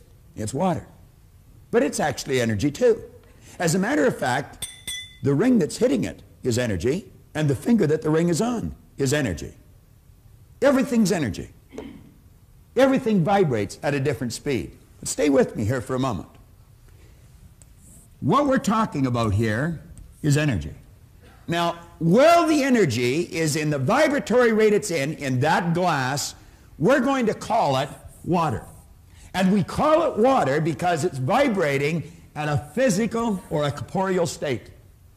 If you were to add heat to that energy that we call water, you wouldn't call it water anymore. Then you would change the terminology that you would use. It'd be the same energy, but it would be moving faster and a higher speed of vibration. Then we would call it steam or vapor. And we would call the energy steam or vapor because it's not in a physical vibration. It's now moved into what we call an astral vibration. If we were to continue to add heat to that energy that we now call steam, you wouldn't call it steam any longer. You would call it air, ether, or gas. And that's because it's not in an astral vibration any longer. It's moved into now what we call an etheric vibration. But every level, it's the same energy. Now, as we take a look at this, we're going to let these lines represent levels of vibration, or, as we more commonly refer to them, as frequencies. And you know, each frequency is hooked up to the one above and the one below. There's no line of demarcation where one stops and the other starts. See, every frequency, it's like the colors of a rainbow. As they fit together, there's no place where one color stops and the other starts. They're all joined together. Now, you're never going to see that with something you call sight. Sight is a physical sensory factor. You have to go to one of your higher faculties, and you develop this through understanding. You start to understand. So you see, the part of us that we cannot see and the part we can see is all the same. This is just the flip side of the coin of this. Spirit always manifests through its polar opposite. We have the ability right here to tap in to this great power that I choose to refer to as spirit, and we can tap in with an intellect, and we can cause this power to literally move into form, into something we call an idea. That idea must literally move into something we refer to as results. You see, both science and theology clearly indicate nothing is created or destroyed. The only thing you can do is cause it to change. Now, this particular program is about prosperity. And when we think of prosperity, money plays a very large role. But of course, so do relationships, and so does the health of our body. But let's go back and think about money for a moment. Now, when you think about money, money is really an idea. You say, that's money. No, money is an idea. It's manifest on paper. Now, paper used to be wood. I remember when I was a little boy, I lived way up in Michipicoten Harbor. That's about 3 wigwams this side of the North Pole. It's a little north of King Garden, I think. But at any rate, when I lived up there, I'd watch them take these large logs out on flat cars on the railroad. And I remember people telling me that they were going to make paper out of it. I thought, how do you make paper out of a tree? It didn't seem to make sense. Well, you alter the vibratory rate of the energy that's called wood, and pretty soon it's called paper. And then you put ink on it, and now we call it money. Now let's think about this money for a moment. If it can be neither created nor destroyed, it must already be here. If we can't destroy it, if heat will cause the energy that we call water to move into an etheric state, I would imagine heat would cause what we call money to move into an etheric state. And there it goes. Now where is it? You say it's gone. It's not gone. Still here. You see, you'll never see it on the level it's on now with your physical sensory factor, sight. But if you use your intellect and develop understanding, you'll know that it's still here. What we want to do is cause it to move into form. Now that's just about as bizarre as anything you'll ever hear to some people's ears. But I'm going to tell you, it's just as true as anything you'll ever hear if you understand natural laws. And what I'm talking about is moving your mind into a higher vibration, developing a higher consciousness, and you can literally attract all the good that you want. You see, money is literally attracted to us, or it's repelled. Now, in the first 27 years of my life, I can assure you that I was not magnetized to that green energy. It used to stay away from me, and now it just keeps coming to me. What did he say in this book? Right in the start of it, he said, when money starts coming, it'll come so fast and so furious, it will literally make your head spin. Now, let's take these simple concepts that have deep meaning, and let's take this other board here and build a picture. One of our intellectual factors is imagination. Another one is reason. Now, with reason, we have the ability to think. John's going to be talking about that a little later on. With our imagination, we can tap into this infinite power and we can build beautiful pictures in our mind. Now, since no one has an image of the mind, we have to make one. It's like the little boy in school. He was sitting there doodling away, drawing a picture, and teacher says, "What are you doing, son?" Kid says, "I'm drawing a picture of God." Teacher says, "Nobody's ever seen God." Well, he says, "Wait till I finish the picture," you know.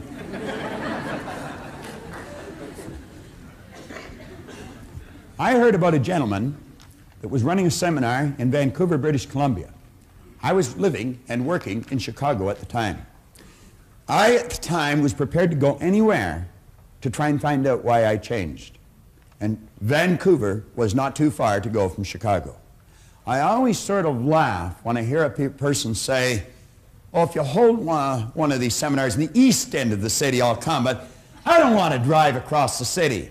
I'd walk across the continent if I thought I could get something that would help me understand me better, because I know it's my understanding of me that's going to determine the results that I get in my life, in my happiness, in my health, or in the area of wealth." Well, I flew off out to Vancouver, and I had heard many speakers. I had read many books. I had a ton of information running around my head, but I couldn't get it to fit. And I couldn't get it to fit for the same reason that some of you have never been able to get it to fit. You have no picture in the brain cells of the mind. Do you know there's many psychiatrists that have problems with their patients because they're not giving them an image to work with when they're working with their mind? I have taught this idea to psychiatrists. I had a psychiatrist, Marty Cohen, out in Century City, California, tell me that he made more headway with a patient in 4 visits than he had previously made in 4 years. And the simple reason for it is he gave them order. He gave them a picture to start to work with. Well, as soon as this gentleman got up and started to speak, he was a great big gentleman by comparison to me. He and I looked like Laurel and Hardy when we worked together. But at any rate, the second he got up to speak, I knew this man knew what he was talking about. And I'm going to tell you, I listened carefully. I went over when he was finished and I asked him, I said, "Could I spend a couple of hours with you?" And I'll never forget him looking at his watch and telling me that he was sorry he didn't have a couple of hours. He had to go and catch a plane. Now, he said, "I'd love to spend some time with you," but he said, "I've got to catch a plane." And I said, "Well, I've got to catch a plane too. I don't mean right now." And I said, "Where are you going?" Or he said, "Where are you going?" And I said, "I'm going home." He said, "Where do you live?" And I said, "Chicago." Well, he said, "What are you doing here?" I said, "Well, I come out to hear you speak." He said, "That's a long way." And I said, "Not for what I got." So at any rate, I think he was impressed that I had traveled so far. He got his calendar out and I got mine out. And he told me he was going to be in Toronto in a couple of weeks. I said, "Well, Toronto's only an hour from Chicago. It's just up and down. I'll come over if you'll meet with me." Well, the two of us sat down in the Skyline Hotel. And I'm going to tell you, Leland Bell Van de Waal taught me as much in 2 hours. Well, I should say 2 days. No, it wasn't. It was 2 hours. We just spent a couple of days together. But everything fell into place in just a couple of hours. He taught me more in 2 hours than I had learned in 9 years, studying faithfully every day. And he proceeded to tell me, he said, "Listen, Bob," he said, "there's a difference between hearing and listening." He said, "You hear with your ears, you listen with your emotions." Now he said, as you sit here, he said, your mind could take a trip, but your body would stay right in front of me. Now he said, you'd hear every word I'm saying, but he said, you may not necessarily be listening. He said, if you're going to learn, you're going to have to listen. And you listen with your emotions. You've got to keep your mind with your body, no trips. Now I said, if you do that, odds are pretty good you'll learn. And he says, there's a vast difference between learning and gathering information. He said, you see, all the way through school, we were encouraged to read, remember, and repeat. Read, remember, and repeat. And if you were able to do that fairly well, you were given the mortarboard of the sheepskin. And they said you had learned. Doesn't necessarily mean you've learned anything at all. You might have learned how to develop your memory, but that might have been the end of it. Now, I'm not saying no one learns doing that. Some do. But he said learning is not gathering information. Learning is when you consciously entertain an idea, you get emotionally involved in the idea, you step out and act on the idea, and you improve the results in some area of your life. Now he said, this is the name of the game, Bob. He says it's results. Pretty good teacher a long time ago said, by their fruits you'll know them. In other words, you can always tell a person's level of awareness by the results they're getting. If the results aren't there, they have no one to blame but themselves. For 27 years, I blamed everybody. I blamed my parents. I blamed my brother, my sister. I blamed my employers. I blamed the commanding officers I had in the Navy. It was never me, always them. They weren't doing enough for me. They weren't doing it right. The truth was, I wasn't facing up to the truth about me. I was never studying. I didn't know anything about myself. And as a result, the results indicated it. I was unhappy, sick, and broke. Now he said, Bob, you're going to have to alter some ideas in your mind. But he said, to do that, you're going to have a picture to work with. And he told me about a doctor in San Antonio, Texas, Dr. Truman Fleet. He started the concept therapy movement. He said he attempted to teach the healing arts, and he ran into a problem. He said the medical profession that he was a part of were treating symptoms or effects. They were not treating causes. And he said, if you're ever going to enjoy health, you must treat the whole person. Now that's called holistic healing. How many of you are familiar with holistic healing? Quite a few. Well, that's where you heal the whole person. You see, you're a triune being. You live simultaneously on 3 planes of understanding. Every one of us are the same. Every one of us. The difference is in our results, but the same here. And that's where it all starts. And that's what we want to understand. When we walk into that office where the broadloom is up to our cheeks and there's a great big oak desk and a battery of secretaries, that person is not that much better than you are. I don't care how big their car is, how much money they've got in the bank. I don't care how pretty they are. They're no better than you, and they're no better than me. See, our problem is we have been living strictly with our sensory factors and never with our higher level of understanding. If a person's skin is a different color, we say they're different. If a person lives on the other side of an imaginary line, we say they're different. If a person speaks a different language, we say they're different. If a person is a different sex, we say they're different. Are they? No. They appear different to our sight. But when we develop a higher understanding, we're going to find out that we're all the same. And when we start to grasp that, then we can start to take action on the results we want. As we see a person getting better results, we can watch and see how they're getting them, and then we can do what they're doing. Napoleon Hill says it pays to know how to buy knowledge. I'm going to tell you the best money you have ever invested is in this seminar. And I'm not saying that because I'm selling it or I'm doing it. And I'm not saying that because John's selling it or John's done it. I'm not saying that at all. I'm saying that because I've studied thousands of seminars, and what we've done is take the very best out of them all and put them in this. When this was introduced to you early this morning, this was advertised as the most effective personal development seminar in the world today. It is, so far as I know. And I'm going to tell you, I've been to a lot of them. And it is because we give you a picture and then we show you how to change things. Well, Dr. Fleet said if we're going to see health, we're going to have to give a person an image of the other side of their personality. And he said, since no one's ever seen the mind, I'm going to make a picture of the mind. Now he said, let this represent the mind. Then he said, let this represent the thing that we've given all of our attention to now, up till now, the body. And he says it's this thing here that moves into action and causes the results that we get. If we're going to change what we do, or if we're going to change our behavior, we're definitely going to have to change what's going on in here. If we're going to change what's going on in here, we're going to have to understand how it functions.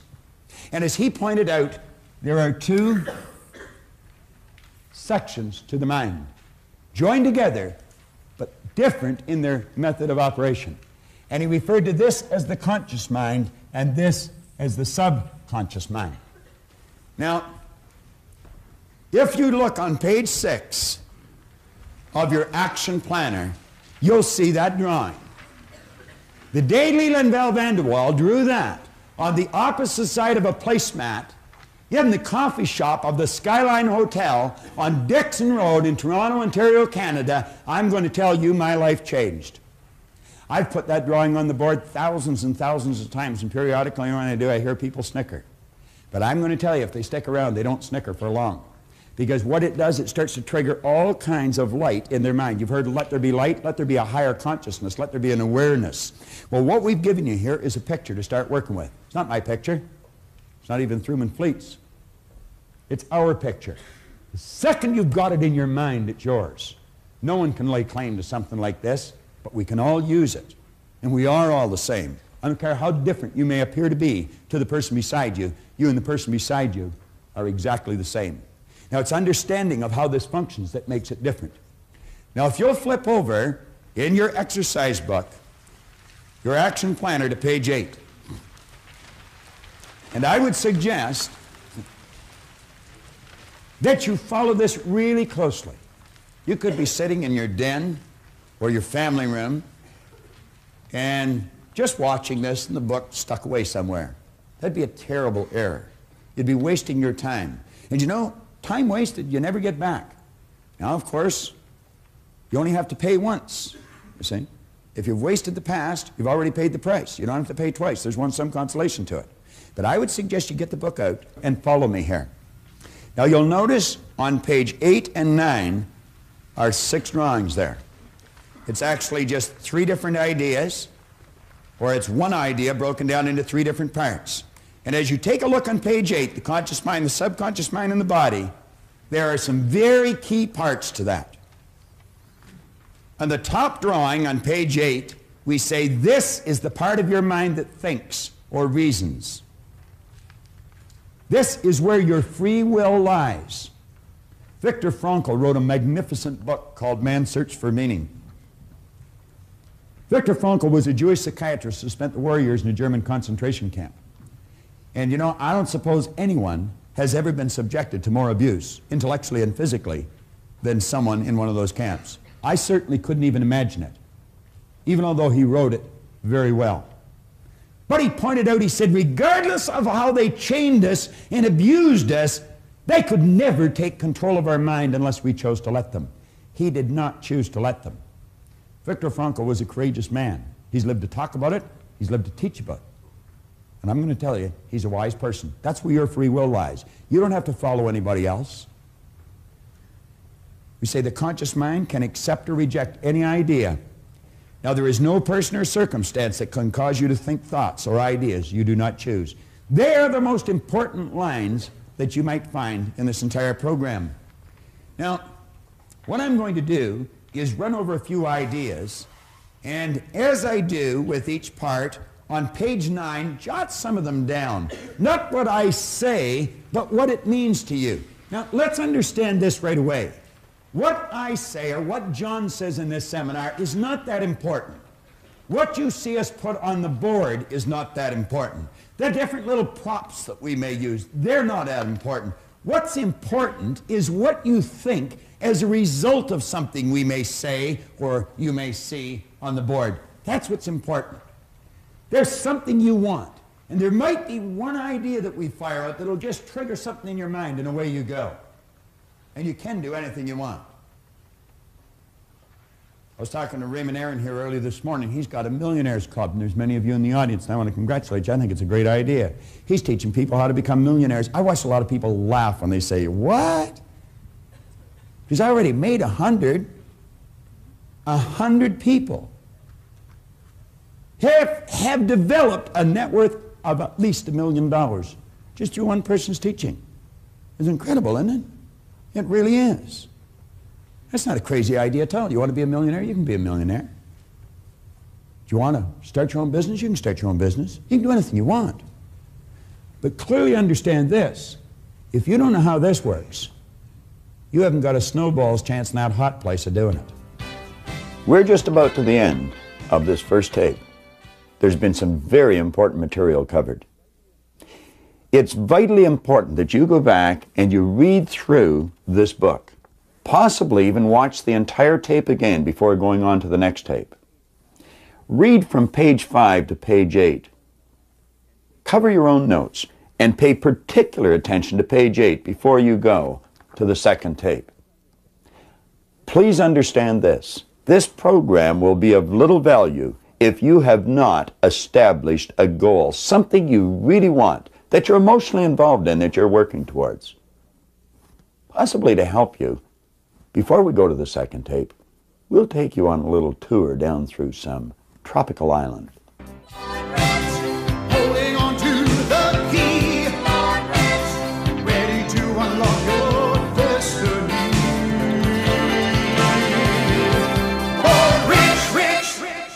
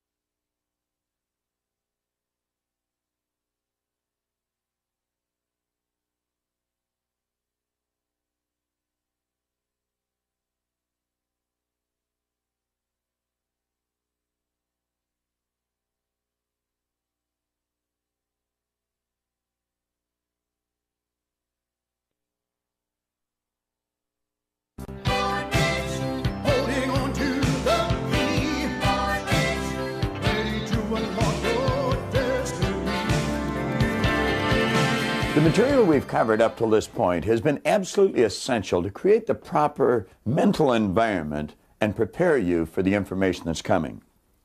I concluded the last message by suggesting you reread page 8, as it was vitally important. Now we're going to create this image, and as I do, I want to suggest that you take as many notes as you can. It really doesn't matter if you have to replay this next section 50 times. Make sure that you get the key points written out on page 9 in your action planner. It's vitally important that you do this. The success of the entire program, which is your future, may be dependent upon it. I know you'll do well. Now let's start to think.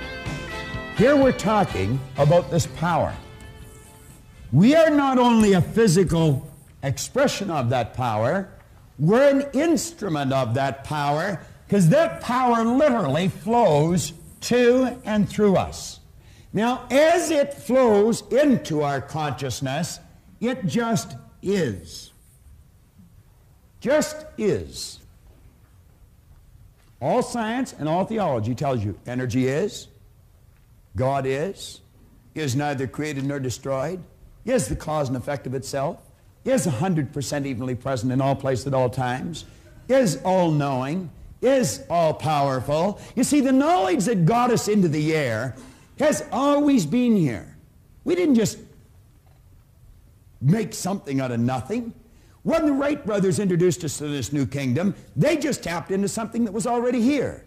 The fax machine that you use today. You can take a slip of paper, feed it into a machine, and thousands of miles away, simultaneously, it's coming out of somebody else's machine. And it's all done just through passing something through the medium of the molecule, the no thing. We've always been able to do that. We've just become aware of how to do it. See, a person that's earning $25,000 a year, they're not earning $25,000 a year because they want $25,000 a year. They're earning $25,000 a year because they're not aware of how to earn $50,000. Any person in this room can become financially independent. There's no trick to it. This afternoon we're going to talk about that a little bit. As this power flows in, it's neither negative or positive. Jan, I'm going to tell you there's nothing on the cover of that book. Am I right or wrong? I'm wrong.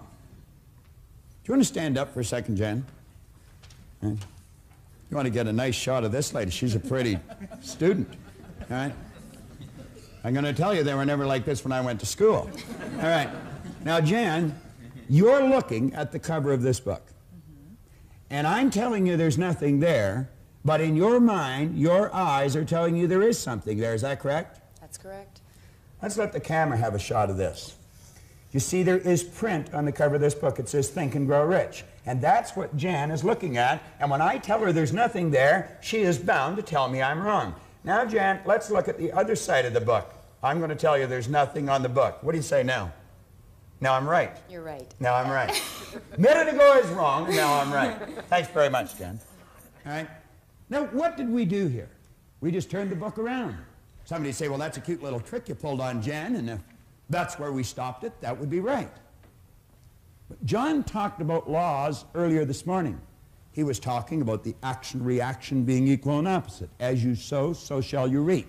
Energy always returns to its source of origination. Well, you know, there's other laws. That's not the only law. There are 7 laws. Dr. Werner von Braun one time pointed out that the natural laws of this universe are so precise that you and I don't have any difficulty today building a spaceship. We can send a person to the moon, and we can literally time the landing with the precision of a fraction of a second. He also said these laws must have been set by someone. Now, the law that I'm referring to here is not the law of cause and effect or sowing and reaping. It's the law of polarity or the law of opposites. You see, Jan, there's a front to the book and there's a back to the book. There's a right and a left to the book.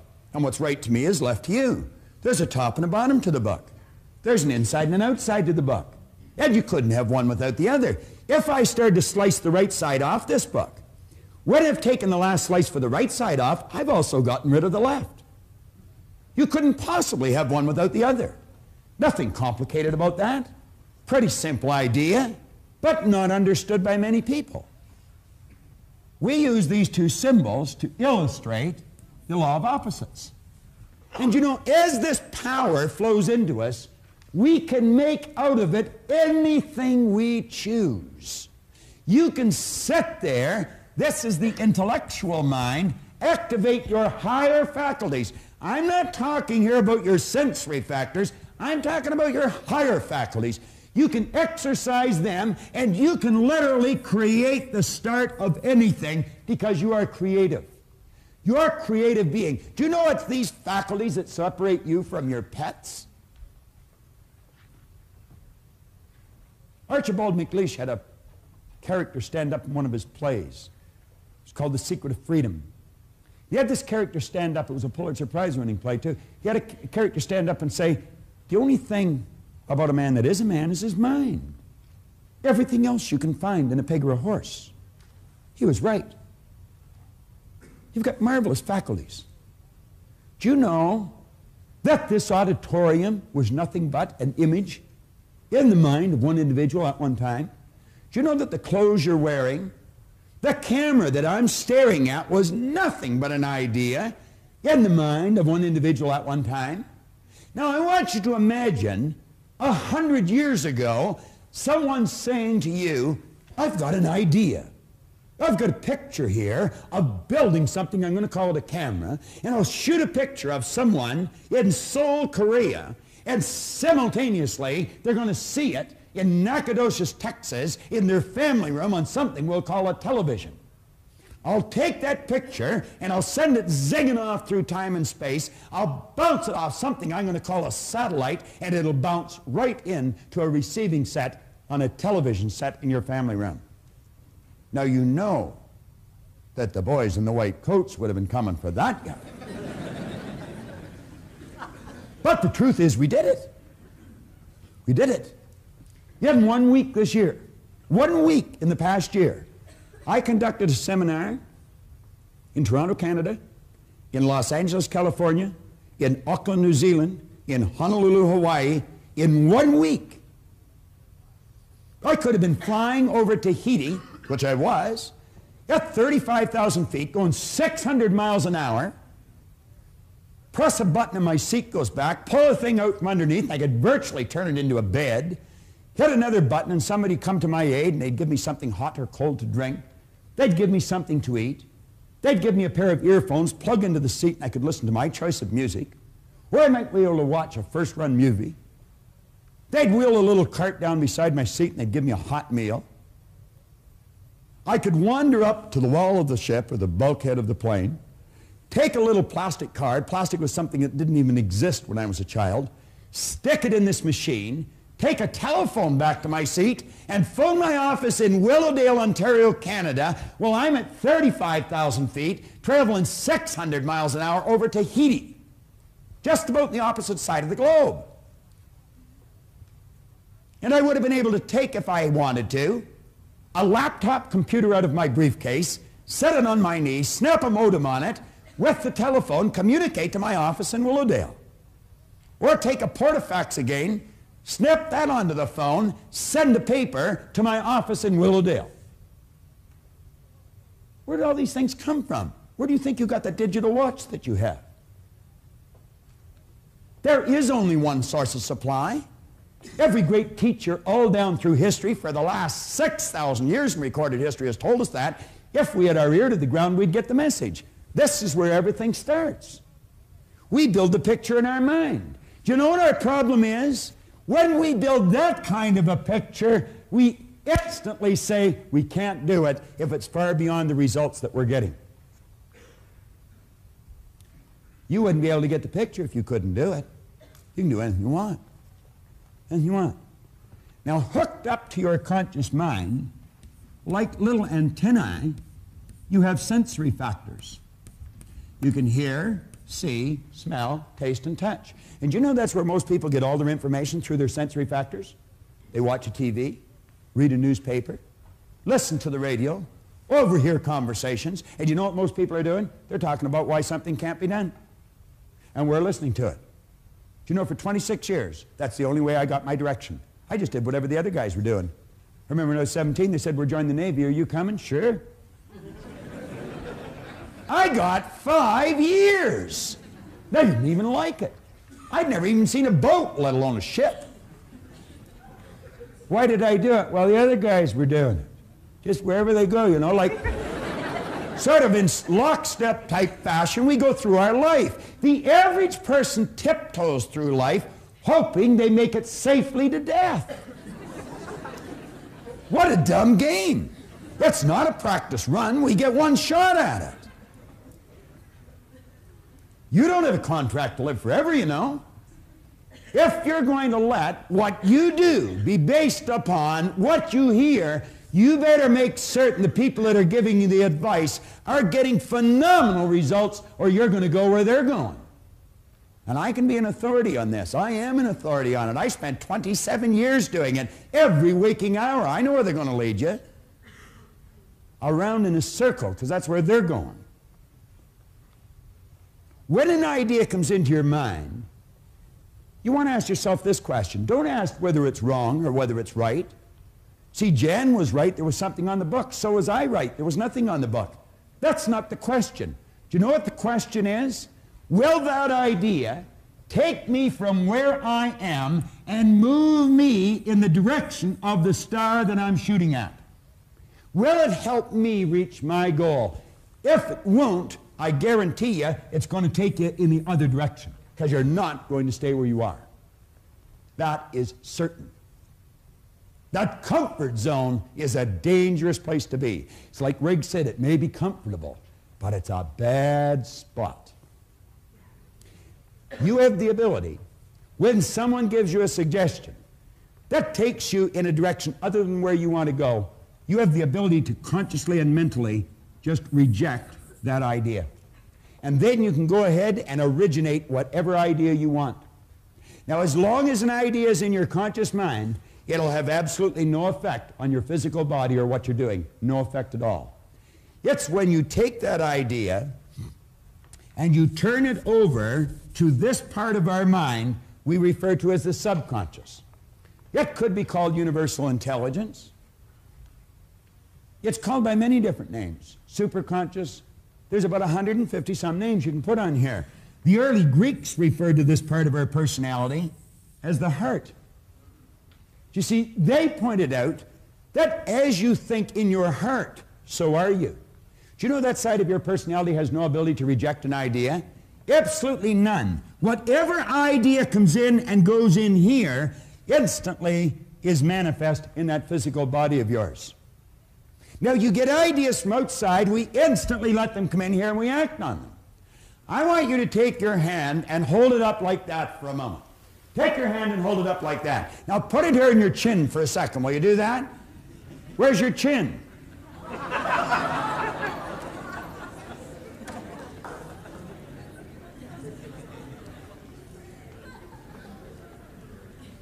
Why did you put your hand here?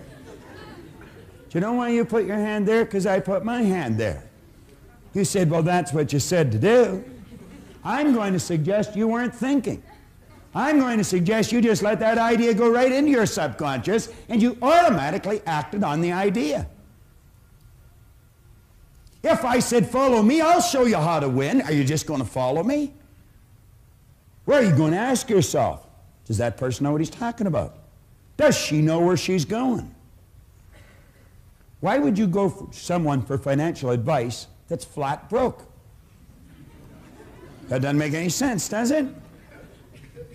Why would you go to a sick doctor to find out how to get healthy? Do you want to know why we do it?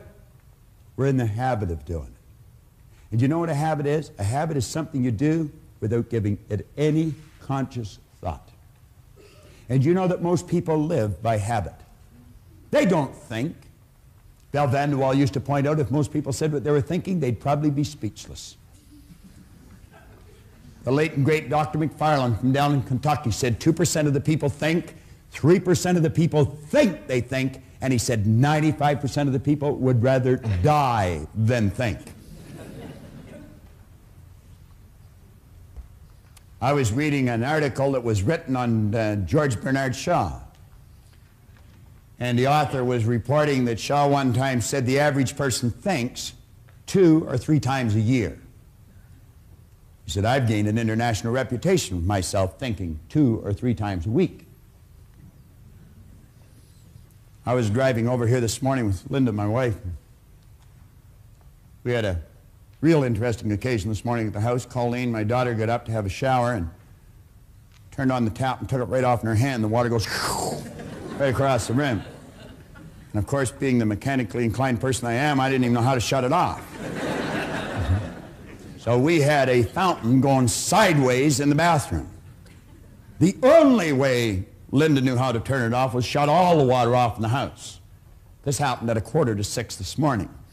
Needless to say, that was a nice way to start to wash your hair and have a shower and brush your teeth. So I thought, what'll I do? I could see this hole and I didn't know what to do, so I went and got a broom handle and shoved it in the hole. That's exactly what I did. But that didn't work. Well, now, if you wanted to see a comedy, you should have been in our house this morning. Here's Linda holding the tap on while Colleen's having a shower and having a terrible time trying to adjust the hot and cold. Then Colleen scurried away with her towels around her, and in I go.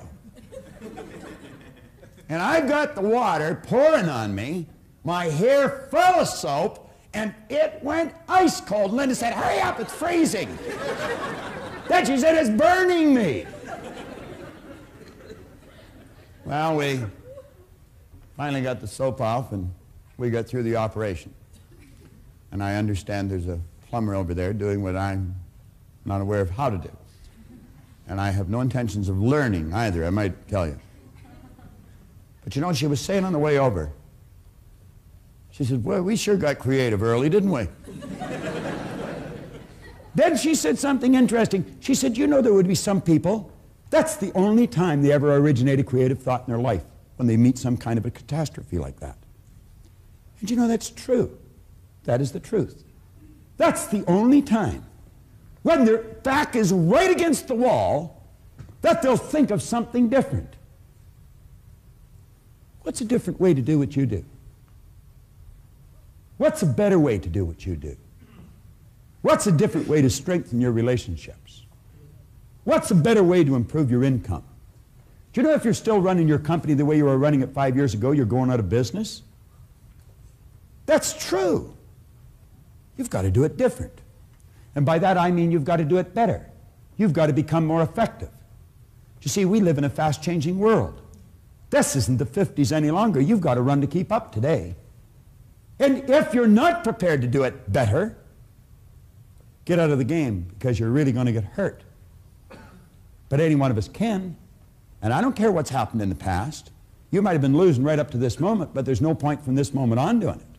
You see, I blew it until I was 26, but as Ray said to me, you've already paid for that. You don't have to pay twice. Start to think. And he says, if you choose an idea and you place it in here, instantly and automatically, you move this thing called a body, which is nothing but a mass of energy, into a new vibration. That causes it to act different. You see, the action is caused by the vibration. If you're entertaining a negative idea, and this is the emotional mind, by the way, and you let yourself get emotionally involved in the negative idea, you instantly move your body into a negative vibration. There can be no intelligent action come from a negative vibration, ever. If energy is in a negative vibration, it must move into negative form. Science will tell you one of the first laws of energy is that energy is forever moving into form. And you know what religion calls this? They call it prayer. Prayer is the movement that takes place between spirit and form, with and through an individual. Do you know most people are praying for what they don't want? They're talking about what they do want. They treat God as some cosmic bell captain that's just going to run because they spoke. But it's not the way they think. They wish positive and think negative. If you're in a negative vibration, as John will show you tomorrow, the only thing you can attract to you is something negative. How do you change? Well, one good way is consciously pick the people you associate with. Pick with people who are winning. Go mix with them. do what they do. You're going to find that some of your family, some of your relatives, some of your friends, people that you love, are in a negative vibration. That doesn't mean you divorce yourself from them. Just don't go as often and don't stay as long.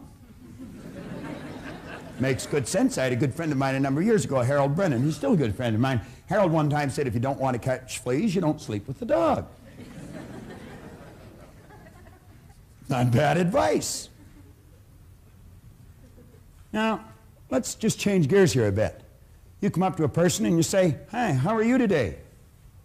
You never hear a person say, "Oh, I am consciously aware that I'm in a negative vibration."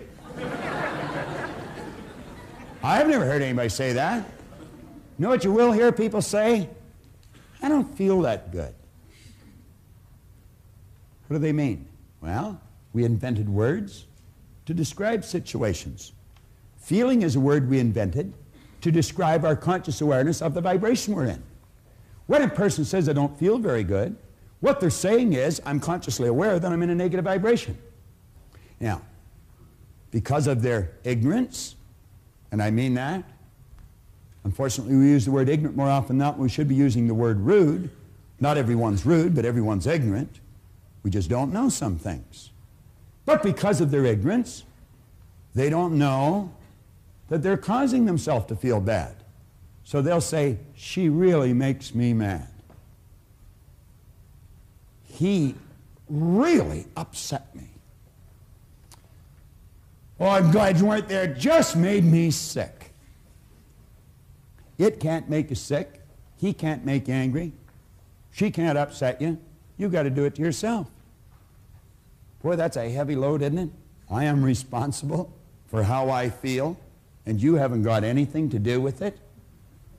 You'd say, "Hell, I don't want to play that game." Fine, lose.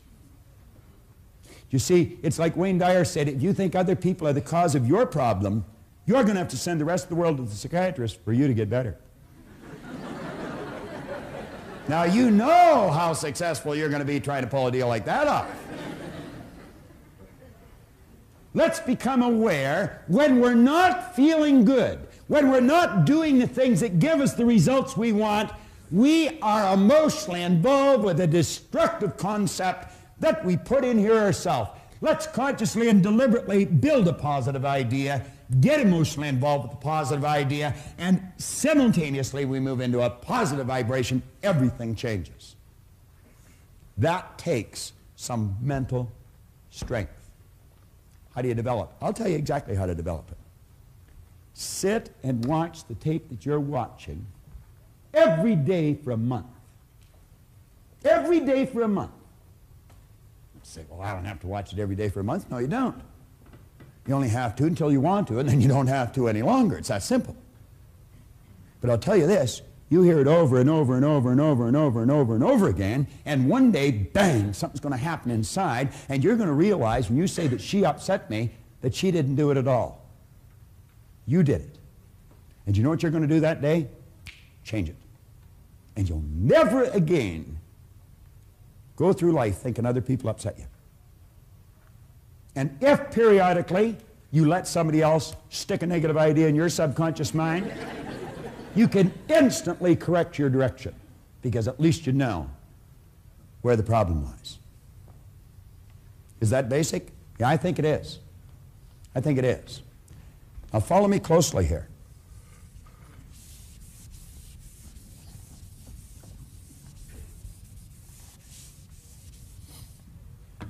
The ideas that you impress upon your subconscious mind over and over and over and over and over again ultimately become fixed in there.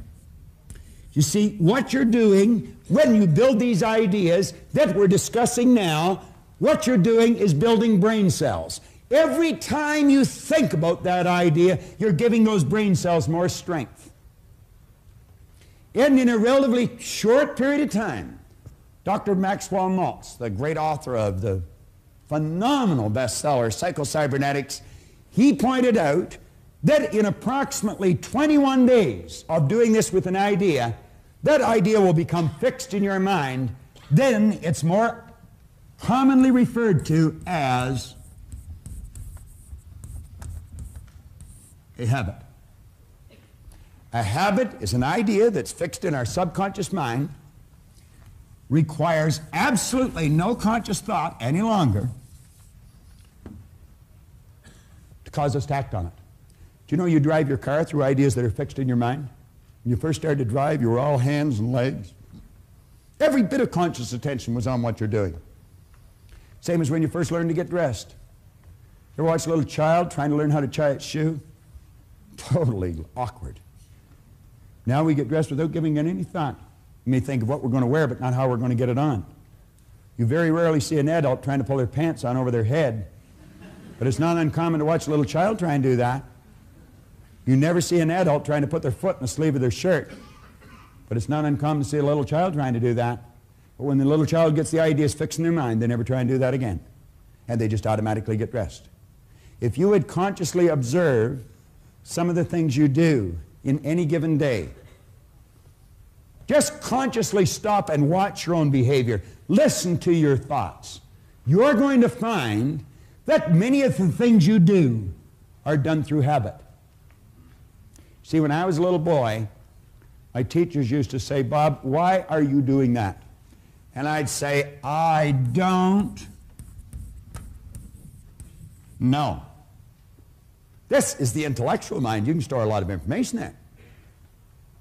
But this is the conditioned mind. You see, thousands and thousands of habits form something called conditioning.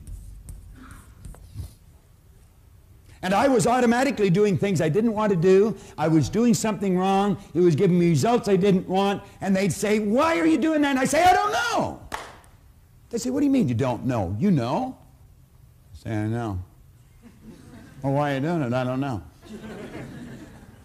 I remember I joined the Navy. My commanding officer would say, "Proctor, why are you doing that?" I'd say, "I don't know, sir." "What do you mean you don't know?" "You know." "I know." "Why are you doing it?" "I don't know." Then I got out of the Navy and I went to work, and the boss would say, "Bob, why are you doing that?" I'd say, "I don't know." "See, what do you know? What do you mean? You know how to do better." "I know." "Why don't you do it?" "I don't know." Then I get married. My wife say, "Why are you doing that?" I say, "Never mind."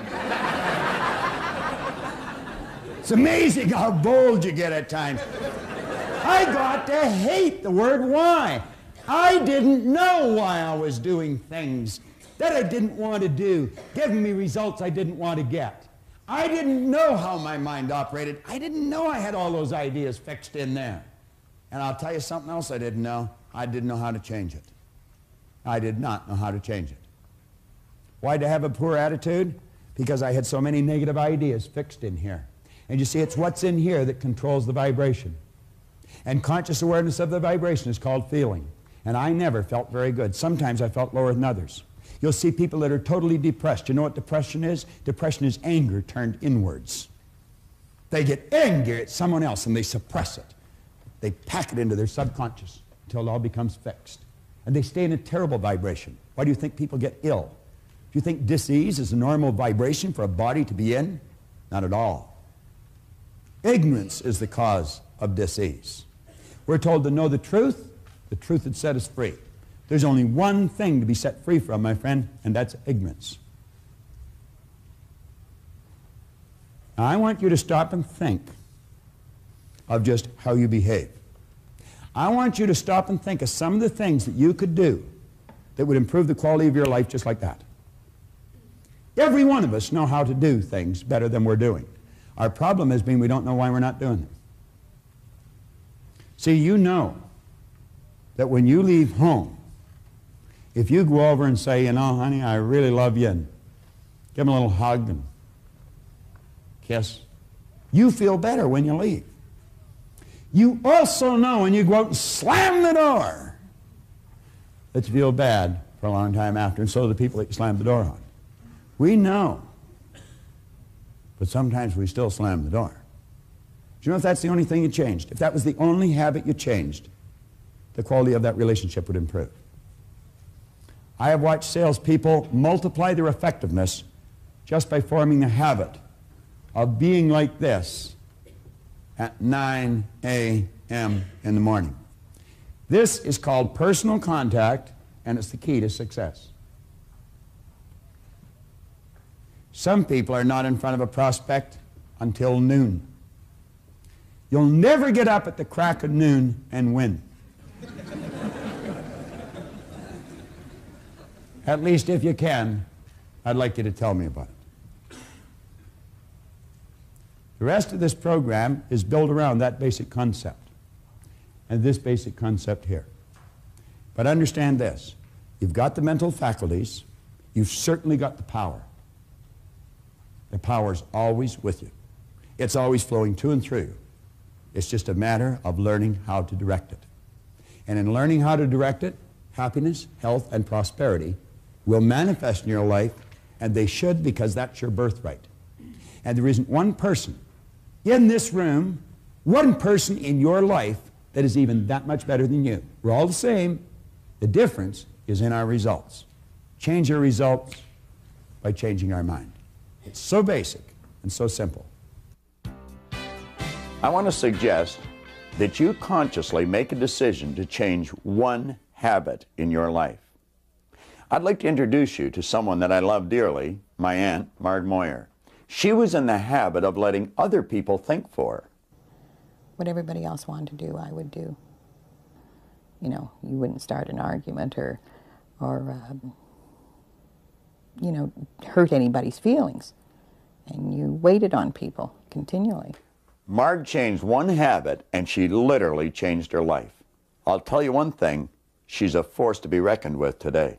A nicer person, too. Well, if you were to tell me something and I didn't agree with you, I could tell you, no, I don't agree with that. No, I don't wait on anybody. I think anybody that comes to this home will know that, because once you're here once, after that you get your own coffee. You know, we started our own business, and we really worked. And we worked extremely hard, and the whole family worked, and now everybody reaps the benefits. I would never have had the inner security to start a business. Now you decide, what habit are you going to change? What have you been doing automatically, without any conscious thought? Pick one and make up your mind, like Marg, you're going to change. Marg not only brought a lot more of herself to the surface to enjoy, her whole family enjoy her more. You pick one habit and make a similar change in your life. Now John Canary is going to introduce you to your greatest power. Now I'm going to ask you to take a look at a picture. I'm going to bring a picture up close to you. First of all, I'm going to hold it up. Some of you have seen this before, but I'm going to ask you, some of you, to tell me, what is it you really see? Now, if I were to go over here to Paul and say, Paul, what is it you actually see when I ask you to take a look at this picture? What do you see, Paul? A skull. You see a skull. Andy, tell me, what were you able to see? A skull. You were able to see a skull. Now, if I take a closer walk over here to someone here, what is your name, sir? Jim. Jim, what did you see? I saw a skull. You saw a skull. Jim, can you just walk up here for a moment? I just want to get you on camera here and get you to take a closer look at this. And just take a look and tell me, yes or no, is that a skull? No, it's not a skull. It's not a skull. As a matter of fact, Jim, is it a beautiful picture if you take a closer look? It's kind of a nice picture. Yeah, it's kind of a nice picture. Thanks a lot, Jim. I appreciate that. Now, you see, the closer that I get to you with this picture, you're going to start to see something completely different than what you thought you were looking at. You see, you instantly said, that's a skull. You remember this morning Robert talked about cells of recognition. And you were able to see this with your eyes. Your eyes picked it up and sent a transmission of energy to cells in your brain. Cells in your brain. Those cells were triggered, are moved into a speed of vibration, a high amplitude of vibration, and flashed a picture on the screen of your mind. The picture you were able to describe is a skull. But you know something? That's not true. You know what I've got here, isn't that correct? Correct. Do you know what I've got here, Tammy? You see, some of us in here have exactly the same picture of what's in this skull. What it is a beautiful lady looking in a mirror. Now, there is no way, unless you get a close look at this, can you see a beautiful lady looking in a mirror. There is just no way that you can actually see it unless you get closer. I want you to think about something, and it's extremely important. Do you know that some of us, since we were infants, have been doing certain things in a certain way because of a belief system we've fallen in love with, and we protect that belief system even in favor of the truth? Even in favor of the truth.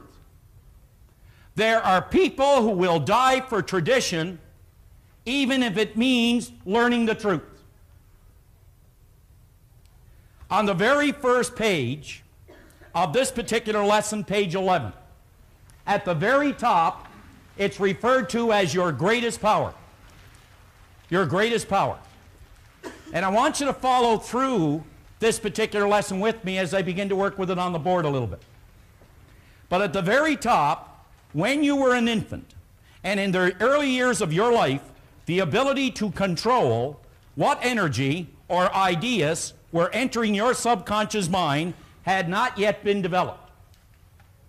In other words, the age of reason, before the age of reason, before we ate of what is called that tree of knowledge. I'm talking about, you could say, our little life.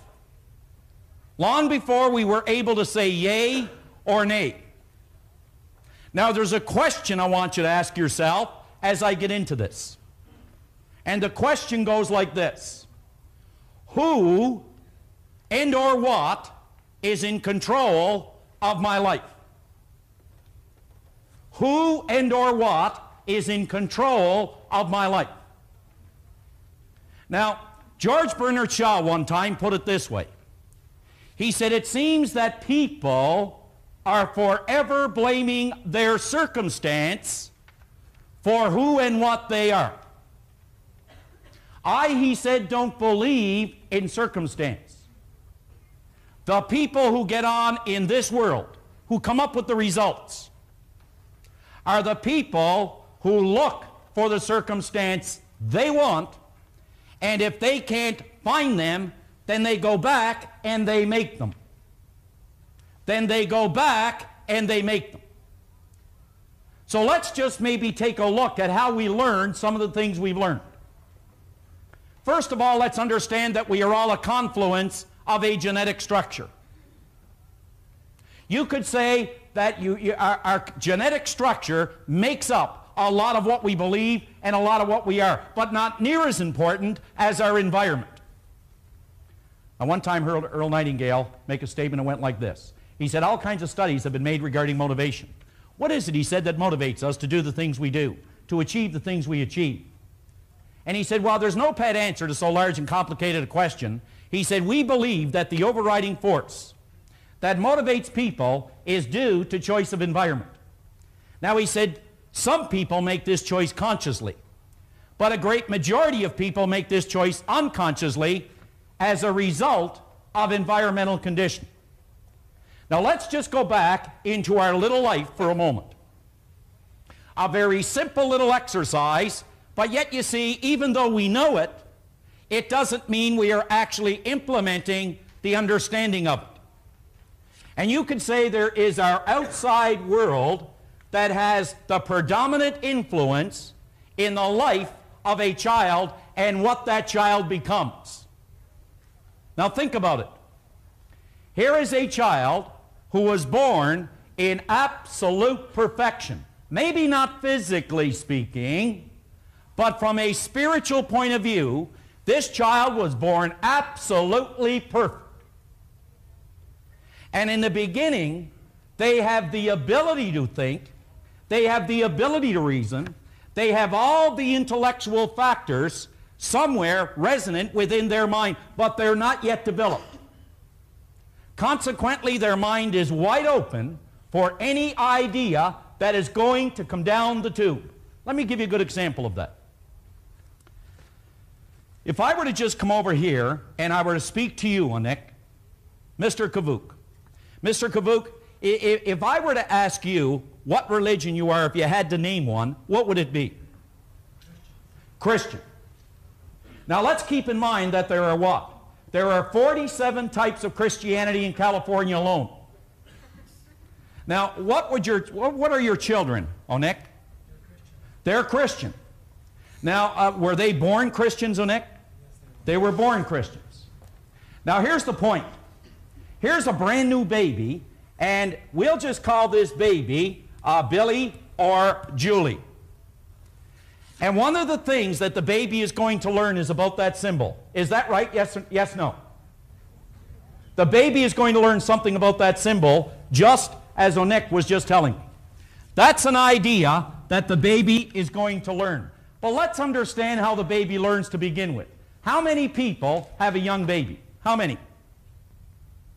All right. What's the baby's name? Rebecca. What is it? Rebecca. How old is the baby? 11 months. Now, Rebecca is being spoon-fed by now. Is that correct, Dad? Yes. Yeah, Rebecca is being spoon-fed. Now, here's what happened. Now, when you first got Rebecca, did you say, your name is Rebecca and don't you ever forget it? Is that what happened the first day you brought her home? Okay? Now, isn't it true that if you notice Rebecca, that at a certain point in her life there, I don't know how many weeks it was, but there's a hand. She's looking at this hand she's holding up. And she's wondering, what is this?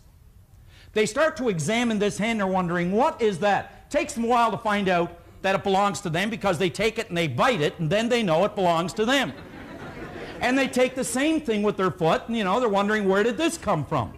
Well, Bob mentioned this morning, I am not a physical instrument. I am and I have, and I live in. All right. Well, you see, Rebecca is a spiritual creature. And Rebecca, for the most part, is going to learn about Rebecca from the people by whom she is surrounded in her outside world. That's how Rebecca is going to learn. But do you know there's a certain point in Rebecca's life, and it could be now, could be later, but there's a day that Rebecca is going to go through some introspection, and this is what Rebecca is going to say silently in her heart of hearts. There's a little thing written by Adele Davis, and it goes like this. Who is this person called I? How many times maybe have you been blue? How many times have you been blue and maybe looked at a friend and said, hey gosh, I wish I were you? Or how many times have you attempted to change, say, your whole life's pattern and to rearrange? Rebecca doesn't know. She doesn't know why she feels the way she feels. Well, you see, this is the way that Rebecca started to learn. If we were to just take and say Rebecca is going to learn to eat off the spoon, this is what will happen. Mom will take a spoon. Rebecca's mind is wide open. She's crying for the food. And Mom will take the spoon. She'll start to go like this. Come on, honey. Open your mouth now. Open it wide. Open up, Rebecca. But Rebecca doesn't open up. That's why she has food all over her. She's got it all over the clothes. But Mom continues to go, open wide, honey. And eventually little Rebecca starts to do what? She starts to emulate who? Mom. And she starts to open her mouth, in goes the spoon. She identifies now. There's been an idea or there's been an image fixed in little Rebecca's mind. Do you know this is going to continue as Rebecca begins to grow up? I'm going to say things to her like, you're just like your father. You make me so angry. And all these ideas now are being impregnated or are being impressed in this little girl's mind to the point where they make up the concept, the belief system, or the idea, or what Rebecca comes to believe is true about her world that she lives in.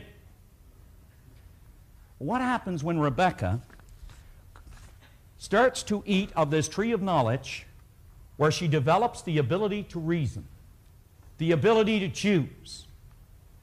Do you know, now that Rebecca can think, let's not make the mistake of believing that because she can think, that she is actually thinking.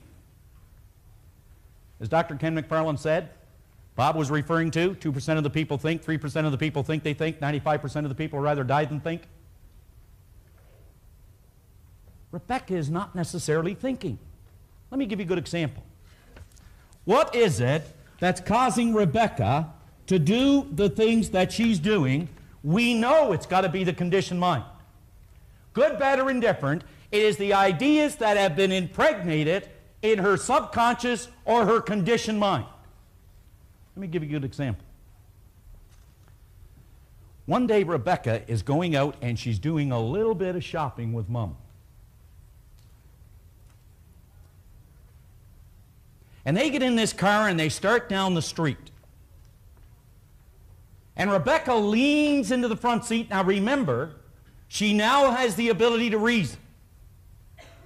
But it doesn't mean she is. She is a product, to a large extent, of her environment.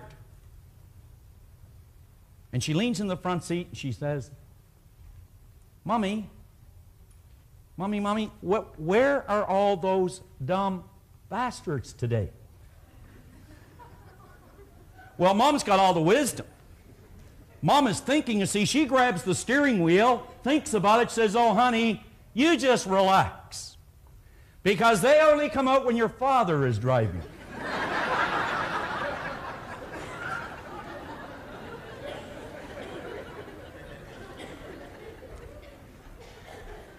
Was that little girl doing something wrong? Did she say anything wrong? Not in her mind. But you see, the day that Mom begins to explain it to her will give her cause to think or give her cause to reason. It is then and only then that she can change the information that has been handed over to the conditioned mind. That has been handed over to the conditioned mind. Now go back to your workbook because we've got to cover these couple of pages. Go back to your workbook right now. Go down a little further where James Allen made a great quote. He said, as a man thinketh in his heart, so is he. Was he talking about the physical pump here? No, he was talking about the heart of hearts. He said, as a man thinketh in his heart. Now, he didn't say as a man and not a woman. He didn't say a man and a woman, not a child. He didn't say a person who works at Ford but not one at General Motors. He didn't say a black person but not a white person. He said the heart of hearts because the heart of hearts, you see, has no complexion. The heart of hearts doesn't care where you live. The heart of hearts doesn't care who you know. It doesn't care what you have. The heart of hearts states that any idea you turn over to me, like to Rebecca, if Rebecca was taught an idea that was not good for Rebecca, Rebecca will act out that idea, good, bad, or indifferent, because the idea states that as a person thinketh in their heart, so they will be in their action, in their results, in their life. So you see, maybe in the beginning, someone was in control of Rebecca's life. But it reaches a point where no one is in control of Rebecca's life anymore. And this is what I want to see if we can get through here before too long. Now, help me on this page. It says you're no longer an infant. You do have control over what enters your subconscious mind. Whether you're exercising that control or not exercising it is another subject. You know, a mother got up one morning, she yelled up the stairs, she said, son, get ready, we're going, you got to get going to school. He yelled down, I'm not going. You have to. Give me 2 good reasons why I should. Well, she said, the first one is you're 40 and the second one is you're the principal. So we're no longer an infant. Go along here with me again if you will. You can control what enters your subconscious mind, and furthermore, you definitely have the God-given ability to change the old conditioning. You know, I don't think there is anything greater that you can learn about you than that statement. You see, your present conditioning is your personal life, what you have, what you believe you are. It is your family life, and it is your business life. It is your income. It is everything about you. That is a reflection of your own conditioning. I remember one time I put on a particular tape by a guy named Earl Nightingale. And Nightingale said this. It was probably one of the better things I've ever heard. Nightingale said that your world and everything in it is a reflection of your own mental attitude toward yourself. This world that you live in, that you see, and everything you believe it to be, it is a reflection of your own mental attitude towards yourself. So here we have what is called the old conditioning. That's what we are today, regardless of where that might be. And here we are with a new idea. In other words, we are living with a belief system, as you see over there, and what we are attempting to do sometimes is to develop a new, constructive, or a bigger idea. Had someone mentioned to me today, well, I don't know how to do it. You know what? There isn't a soul alive that knows how to reach a goal until they reach it. There isn't one living soul alive that knows how to reach a goal until they reach it. And even a person who has can't tell a person who hasn't until they reach it. Only then will they know. But you know, there's some good news. Albert Einstein had something burned into the corner of his desk that he said was responsible for every great invention he ever brought about. And this is what he had burned into his desk. That all creation waits. Now think now. All creation, he said, all creation waits with eager longing for the revealing through the sons of man. That's you, and it's me, and it's those around you. In other words, the way to do anything you want to do, it's already here, but you've got to use something to work with it. You've got to use your ability to reason, your ability to choose, your ability to think. You've got to use it. And we're going to cover those two areas because, you see, you can reason two ways, and that's what we're going to touch on here. Now, go through with me then the last paragraph in this page. You can control what enters your subconscious mind, and furthermore, you definitely have the God-given ability to change the old conditioning. And by doing this, you can transform your life. Now that's what a behavioral scientist would say. Let's go over to the other side, to the philosopher, the theologian. What would they say?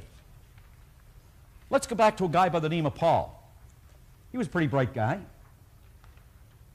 He used to walk along the shores of Galilee there, and he was picking up and learning as well. And he said something like this. He said that if you want to be transformed, he said, be not of this world. Now, he didn't mean to leave it.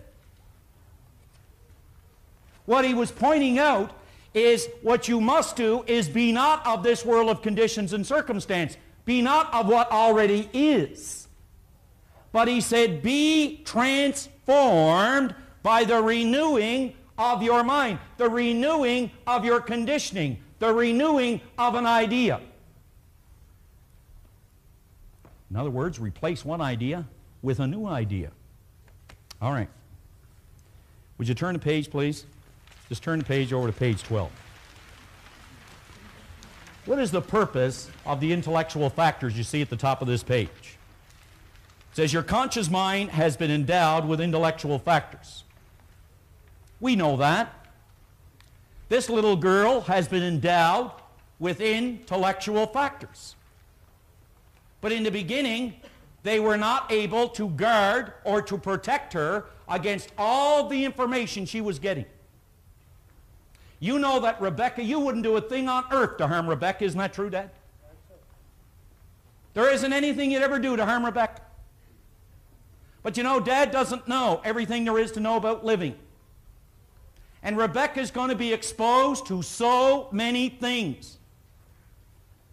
Let me give you an example of how Rebecca starts to use what are called her intellectual factors just quickly. Now you could bounce over here, and this is Rebecca now at the age of reason. And Rebecca goes to school. And as she's in there with all the other kids in school, the teacher takes and she puts something on the board for all the kids. And this is what it is. C-A-T. Rebecca does not know what that means. She may have a cat at home, but she doesn't know what it is in a word form. The teacher knows they have sensory factors. Rebecca can see that. She can see cat sends a transmission of energy to cells in her brain. They increase in amplitude of vibration, but there is no picture other than a blank one. So the teacher has to build some cells of recognition. She's going to start to use now her intellectual factors, and this is how she'll do it. She'll say, now class, that's C-A-T. I want you all to repeat after me. She'll say, that's ca-at. Now I want everybody to say that in the room here. Come on. Ca-at. Okay? Now I want you to say ca-at, and I want you to say it a little bit faster. Come on. Ca-at, cat, cat, cat, cat, cat. And a picture jumps into little Rebecca's mind, a beautiful little Fluffy at home. Now she has a word and she has a picture to identify with it. But you know, on her way home, she's all excited to go home and tell Dad everything that she's learned. She goes dashing through this construction site. And as she goes dashing through, takes shortcut, this guy yells out, hey, Charlie, bring that big cat over here. On go the brakes. What is she looking for? She's looking for little Fluffy, but what does she see? A big, giant earth-moving machine. Now she has two pictures for one word. Two pictures, one word. She goes home, she says, Mommy, Daddy, teacher told me all about Fluffy, C-A-T, and I'm going home here, and the man yelled. And I see this, oh no, honey, that was a caterpillar. Now she's got three pictures for one word. But you see, they explain it to her, and something goes away, and it's called confusion. Now I want you to think about this. At some point in your life, in your little life, you were taught things about money, about love. You were taught things about God. You were taught things about work. You were given things about people. Things about people. You were given things and taught things about you. Never measure up. Never amount to anything. You're just like your mother or your father. You're just like your uncle. You can't trust anybody. All red-headed people have bad tempers. Now, if you ever met Bob, you know that's not true.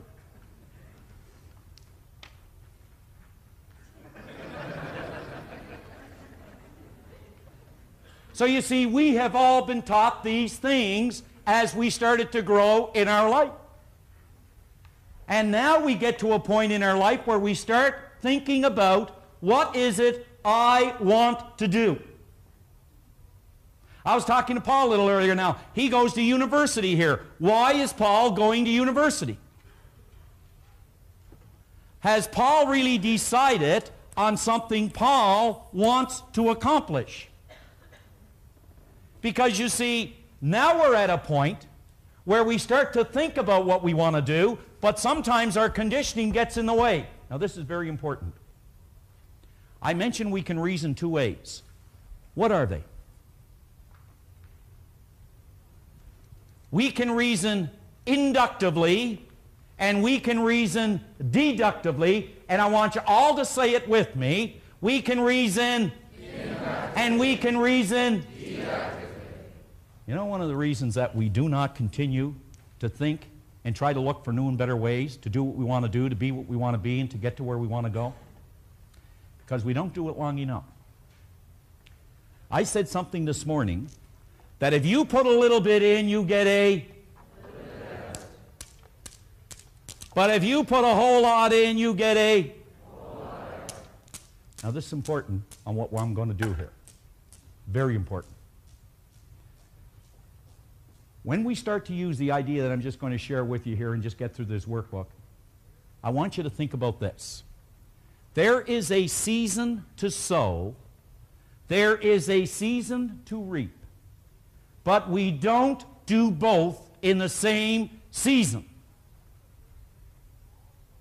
Now, at the count of 3, I'm going to ask you all to do it with me, that there's a season to sow, there's a season to reap, but you don't do both in the same season. Are you ready? Now, I want you all to do it with me. Come on. 1, 2, 3. There's a season to sow, there's a season to reap, but you don't do both in the same season. Sowing and reaping. There's something in the seminar that is very, very dear to me, and I know in every seminar that I make a strong point and I emphasize this point. Of course, I emphasize it because of what it's meant to me. But I always mention that there's a season to sow, there's a season to reap, but we don't do both in the same season. When I say that to people, you know, they seem to walk away at least with an intellectual understanding that, yeah, that's true. But somehow I don't feel that they actually take and they do it long enough. They don't sow long enough. The farmer understands it. They go out and they sow the seeds. After a period of time, they know that that's the one season. And then in the next season, they go out and they reap it. And then, of course, by putting both of those together and doing them to the best of their ability, in other words, do the best you can to sow it, nourish it, preserve it, take care of it, look after it, you know that in the next season you're going to get a great crop.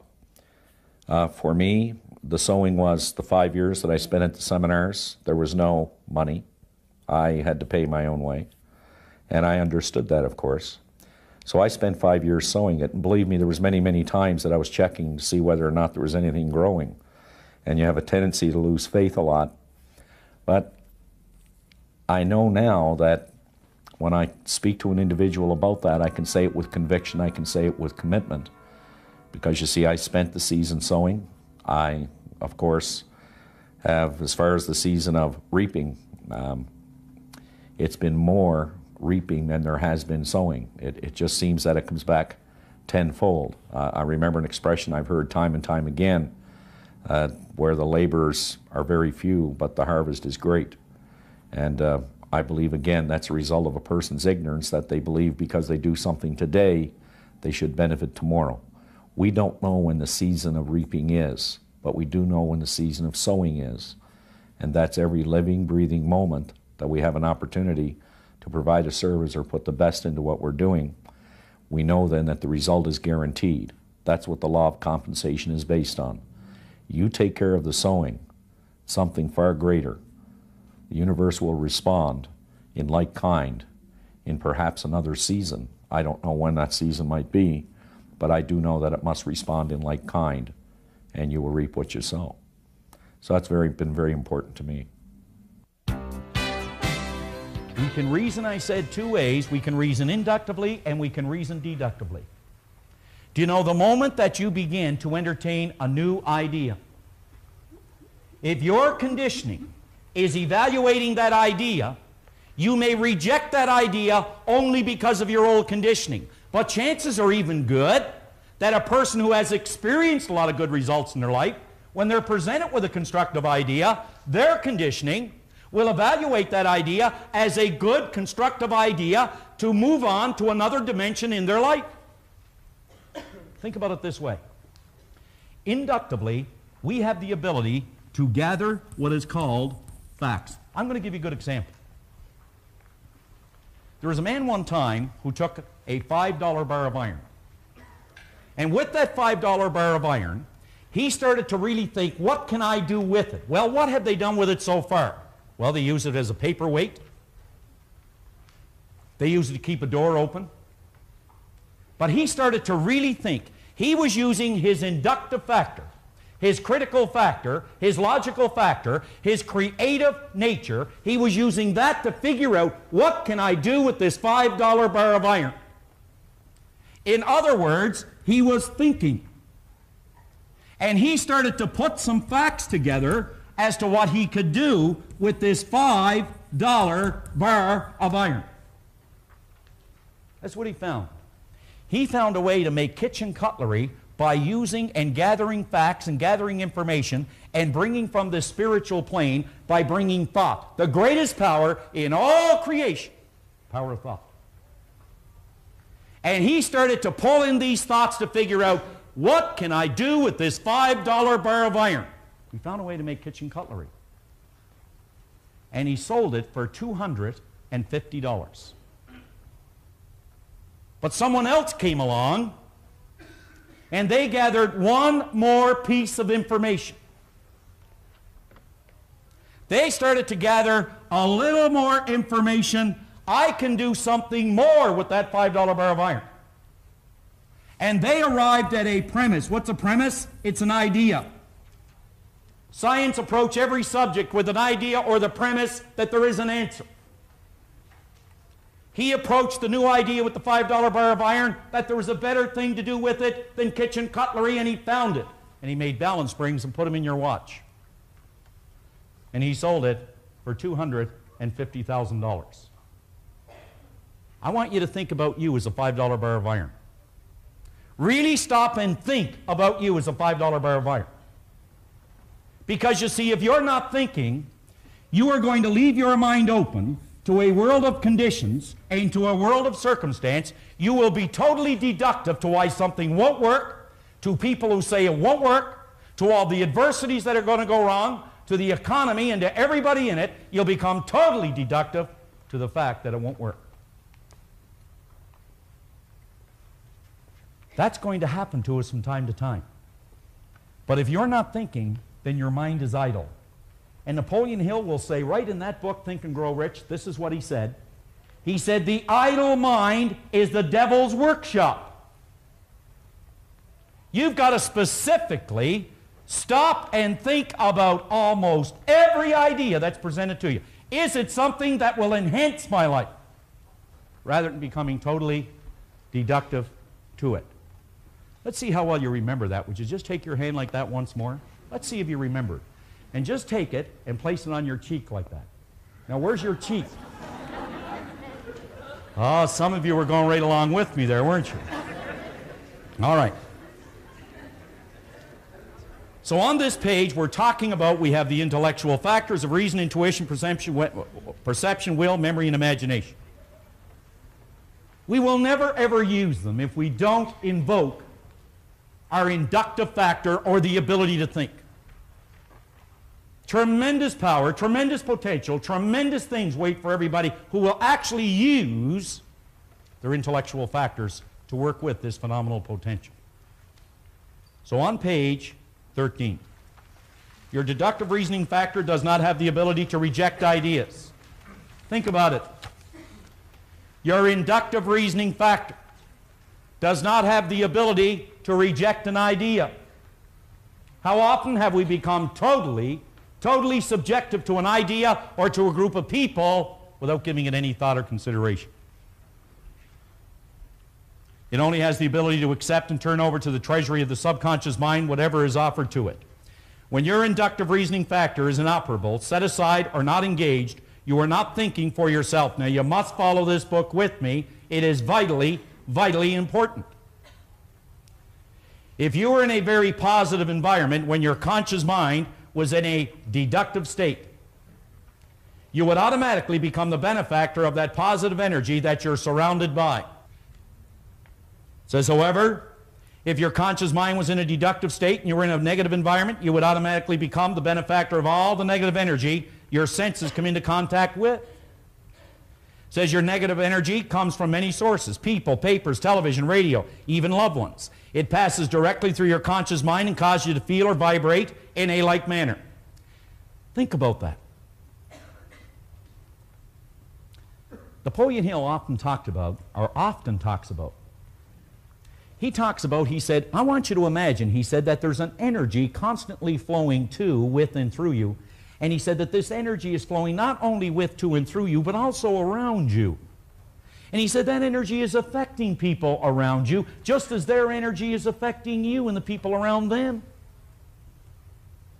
and the people around them.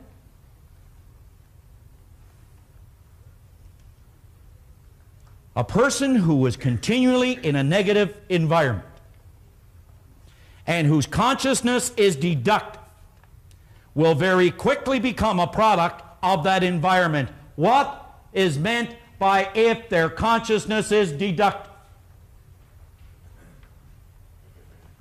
In other words, if your belief system lends itself to persisting no more than a day, and you are around people whose consciousness will not persist any more than a day, the chances of you ever changing that persistence and staying in that environment are not very good. Are not very good. Let's go to the next page.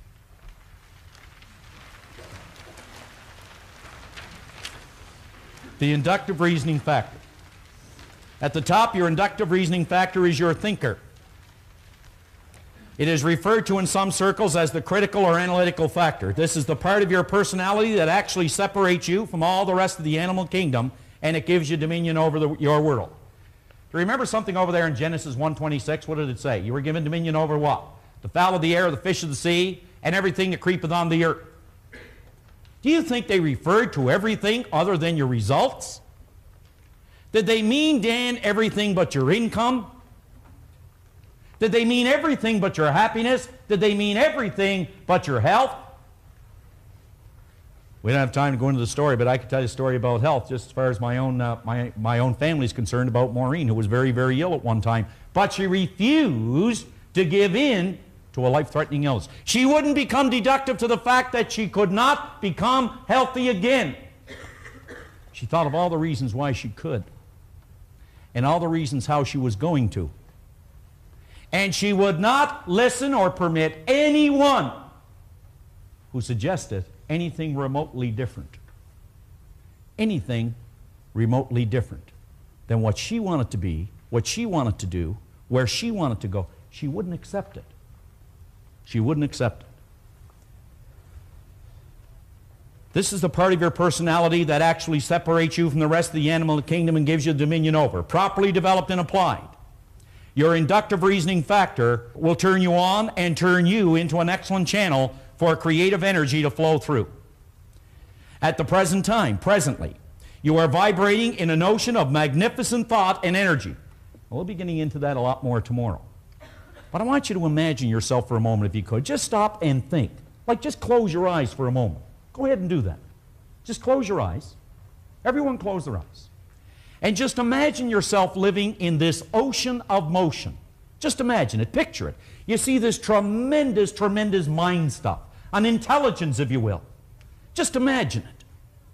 You're plugging into it. Right now you're doing that. You're plugging into it. And you are drawing from it right now. As you stop and think, as you can see it, you are actually drawing from it. Pulling from it. Do you know that of all the good of this universe were poured over each person in this room, the only amount of that good that you can have is yours only by right of your consciousness. The only amount you can have is the amount you're able to understand.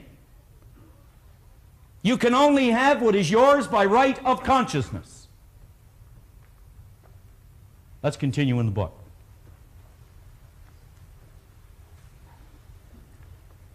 When these thoughts are brought together, they build creative ideas that can change your old conditioning and literally build your world more beautiful than you previously could have imagined. Let me tell you something that I just have absolutely no problem with anymore with regard to taking a number of thoughts. Bob mentioned this morning something about water. Water is energy at a certain state of vibration. Yes, no? Yes. In other words, it is two hydrogen atoms and one at a certain state of vibration. Think about this. Success is energy, a certain group of thoughts that form an idea at a certain state of vibration. Success is nothing more but energy in its most organized state of vibration. Failure, therefore, would be energy, a certain group of thoughts vibrating against natural law, known as confusion. It is energy in its most confused state of vibration. Is that difficult? I don't think so. What is health? It is an orderly state of vibration. But to achieve it, we must invoke and use our inductive factor, what we're talking about here. So when these thoughts are brought together, they build creative ideas that can change your old conditioning and literally build your world more beautiful than you previously could have imagined. You must, however, properly plant these creative ideas in the treasury of your subconscious mind, the part of your mind that transforms every impression that enters in it into physical form. The Word was turned into flesh. Think about that. What is the Word? It is the formulation of your thoughts into an idea. That's when it becomes the Word transformed into a reality or in the form of a result. I'm asking you to examine that idea. Just examine it. In big black print in your book, I want you to really look at it. Will this idea improve the quality of my life? How many people here, for some time now, have had a great desire on something they want to be, something they want to do, and something they want to have? How many people have actually desired something that you have not yet accomplished? Now, honestly, would you put your hands up? Hold them way up high there. Hold them way up high. Just keep them up there for a minute. Now let them down, and let me ask you this. With respect to this idea, isn't it true you have had ways on how you can achieve it? Yes, no? Isn't it true that ideas have come to your mind on things that you should do, but you've rejected them because of why? Say it louder. Fear. Or is it old conditioning? Does the old conditioning tell you why you can't do it? Does it act as a reminder as to what went wrong the last time? Isn't it true that the last time someone told you, hey, you shouldn't do this, you failed, so you should listen to the next person again? So we've got to start using, not our old conditioning, not being deductive, we've got to start to use what? Inductive reasoning. What is inductive reasoning? Tell me. Is it just thinking? Or thinking about? Yeah, remember, now we're not talking about just mental gymnastics here. We're talking about working with the power of thought. Thinking is working with the power of thought. I don't know how many people are familiar with a place called Glace Bay, Nova Scotia. Well, that's where I come from, Glace Bay, Nova Scotia. It's not the end of the earth, but you can see it from there. And it's a little coal mining town. No, this is really a different place here. It's a little coal mining town just down Nova Scotia there. Quite a place. And I can remember my dad coming home there every day, and he had this big light on the top of a big hat to protect his head because he worked out under the sea in the coal mines. And he'd have all these old clothes on, and they'd be all dirty and black, and he just looked awful. And he'd come home and home and home and home and home and home. And a lot of people here know my dad pretty well. He used to say, it's all you got to do is work hard, and it's all you got to do is be honest, and you're going to win. Now that's only partly true. Hill said in his book, and I have to hurry this up now, Hill pointed out in his book, until, he said, we perish such foolish thoughts that working hard and being honest will bring us the desired riches. He said we'll never change the result until we learn that we must invoke, implement, become aware of. He said this power of thought, and it's only reached, he said, through the inductive factor or through the ability to think. That's what thinking is. It is working with the power of thought to improve the conditions that you presently have and not allowing yourself to become deductive to all the reasons why it can't. So let me kind of bring this in for a landing then at the bottom here. If when an idea enters your mind, and it's happening all the time at a fraction of a second, the answer to the above question is yes, then the idea is very likely good for you. Will the ideas that you have held, that enter your mind from time to time on how you can achieve a desire, The next time that idea enters your mind and you say, will this idea improve my life, you've got to act on the idea. There's a gentleman I talked to at lunch down here. I hope you're listening. Hope you're listening. Over on page 15, quick exercise. John Canary made reference to page 15 and 16 in your action planner. They're vitally important pages. It's absolutely essential that you answer these questions, go over them, and really think. What we're doing is looking at where we are in our life right now financially. Let me touch on a couple of the questions. In your present position, how much money do you earn? How much have you earned up to this point in your life? If you converted everything you owned into cash and paid any outstanding debts, how much money would you have? Now, there's a couple of questions here that frequently raise questions in our seminar. Do you think any person is worth $1 million a year or more? And there's another one by George Bernard Shaw, and we're using this within the context of earning money, where he said it is a sin to be poor. Do you agree with Shaw's statements? Now consider this for a moment. If money is reward we receive for service rendered, and we render a lot of service, it would necessarily follow that we would be worth a lot of money. And if we keep in mind that money is a servant and you're the master, and that you can extend the service that you render far beyond your own physical presence if you have enough money, I think we will realize what George Bernard Shaw said was accurate. It is a sin to be poor. If we haven't got much money, we're just not rendering much service. And I think the greatest is the servant. Answer those questions accurately. And realize this, if it doesn't look too good, that's not bad. At least you know where you're at. And as we get into the next part of this program, we can show you then how to get to where you want to go. Remember, I pointed out it's absolutely essential that you have a goal if you're going to get the best out of this program. And at the end of the first cassette that you had, we give you a suggestion of possibly a trip to one of these paradise islands. How about a new automobile? Would you like a new automobile? If you could have any kind of car you wanted, what would you have? Pass the torch.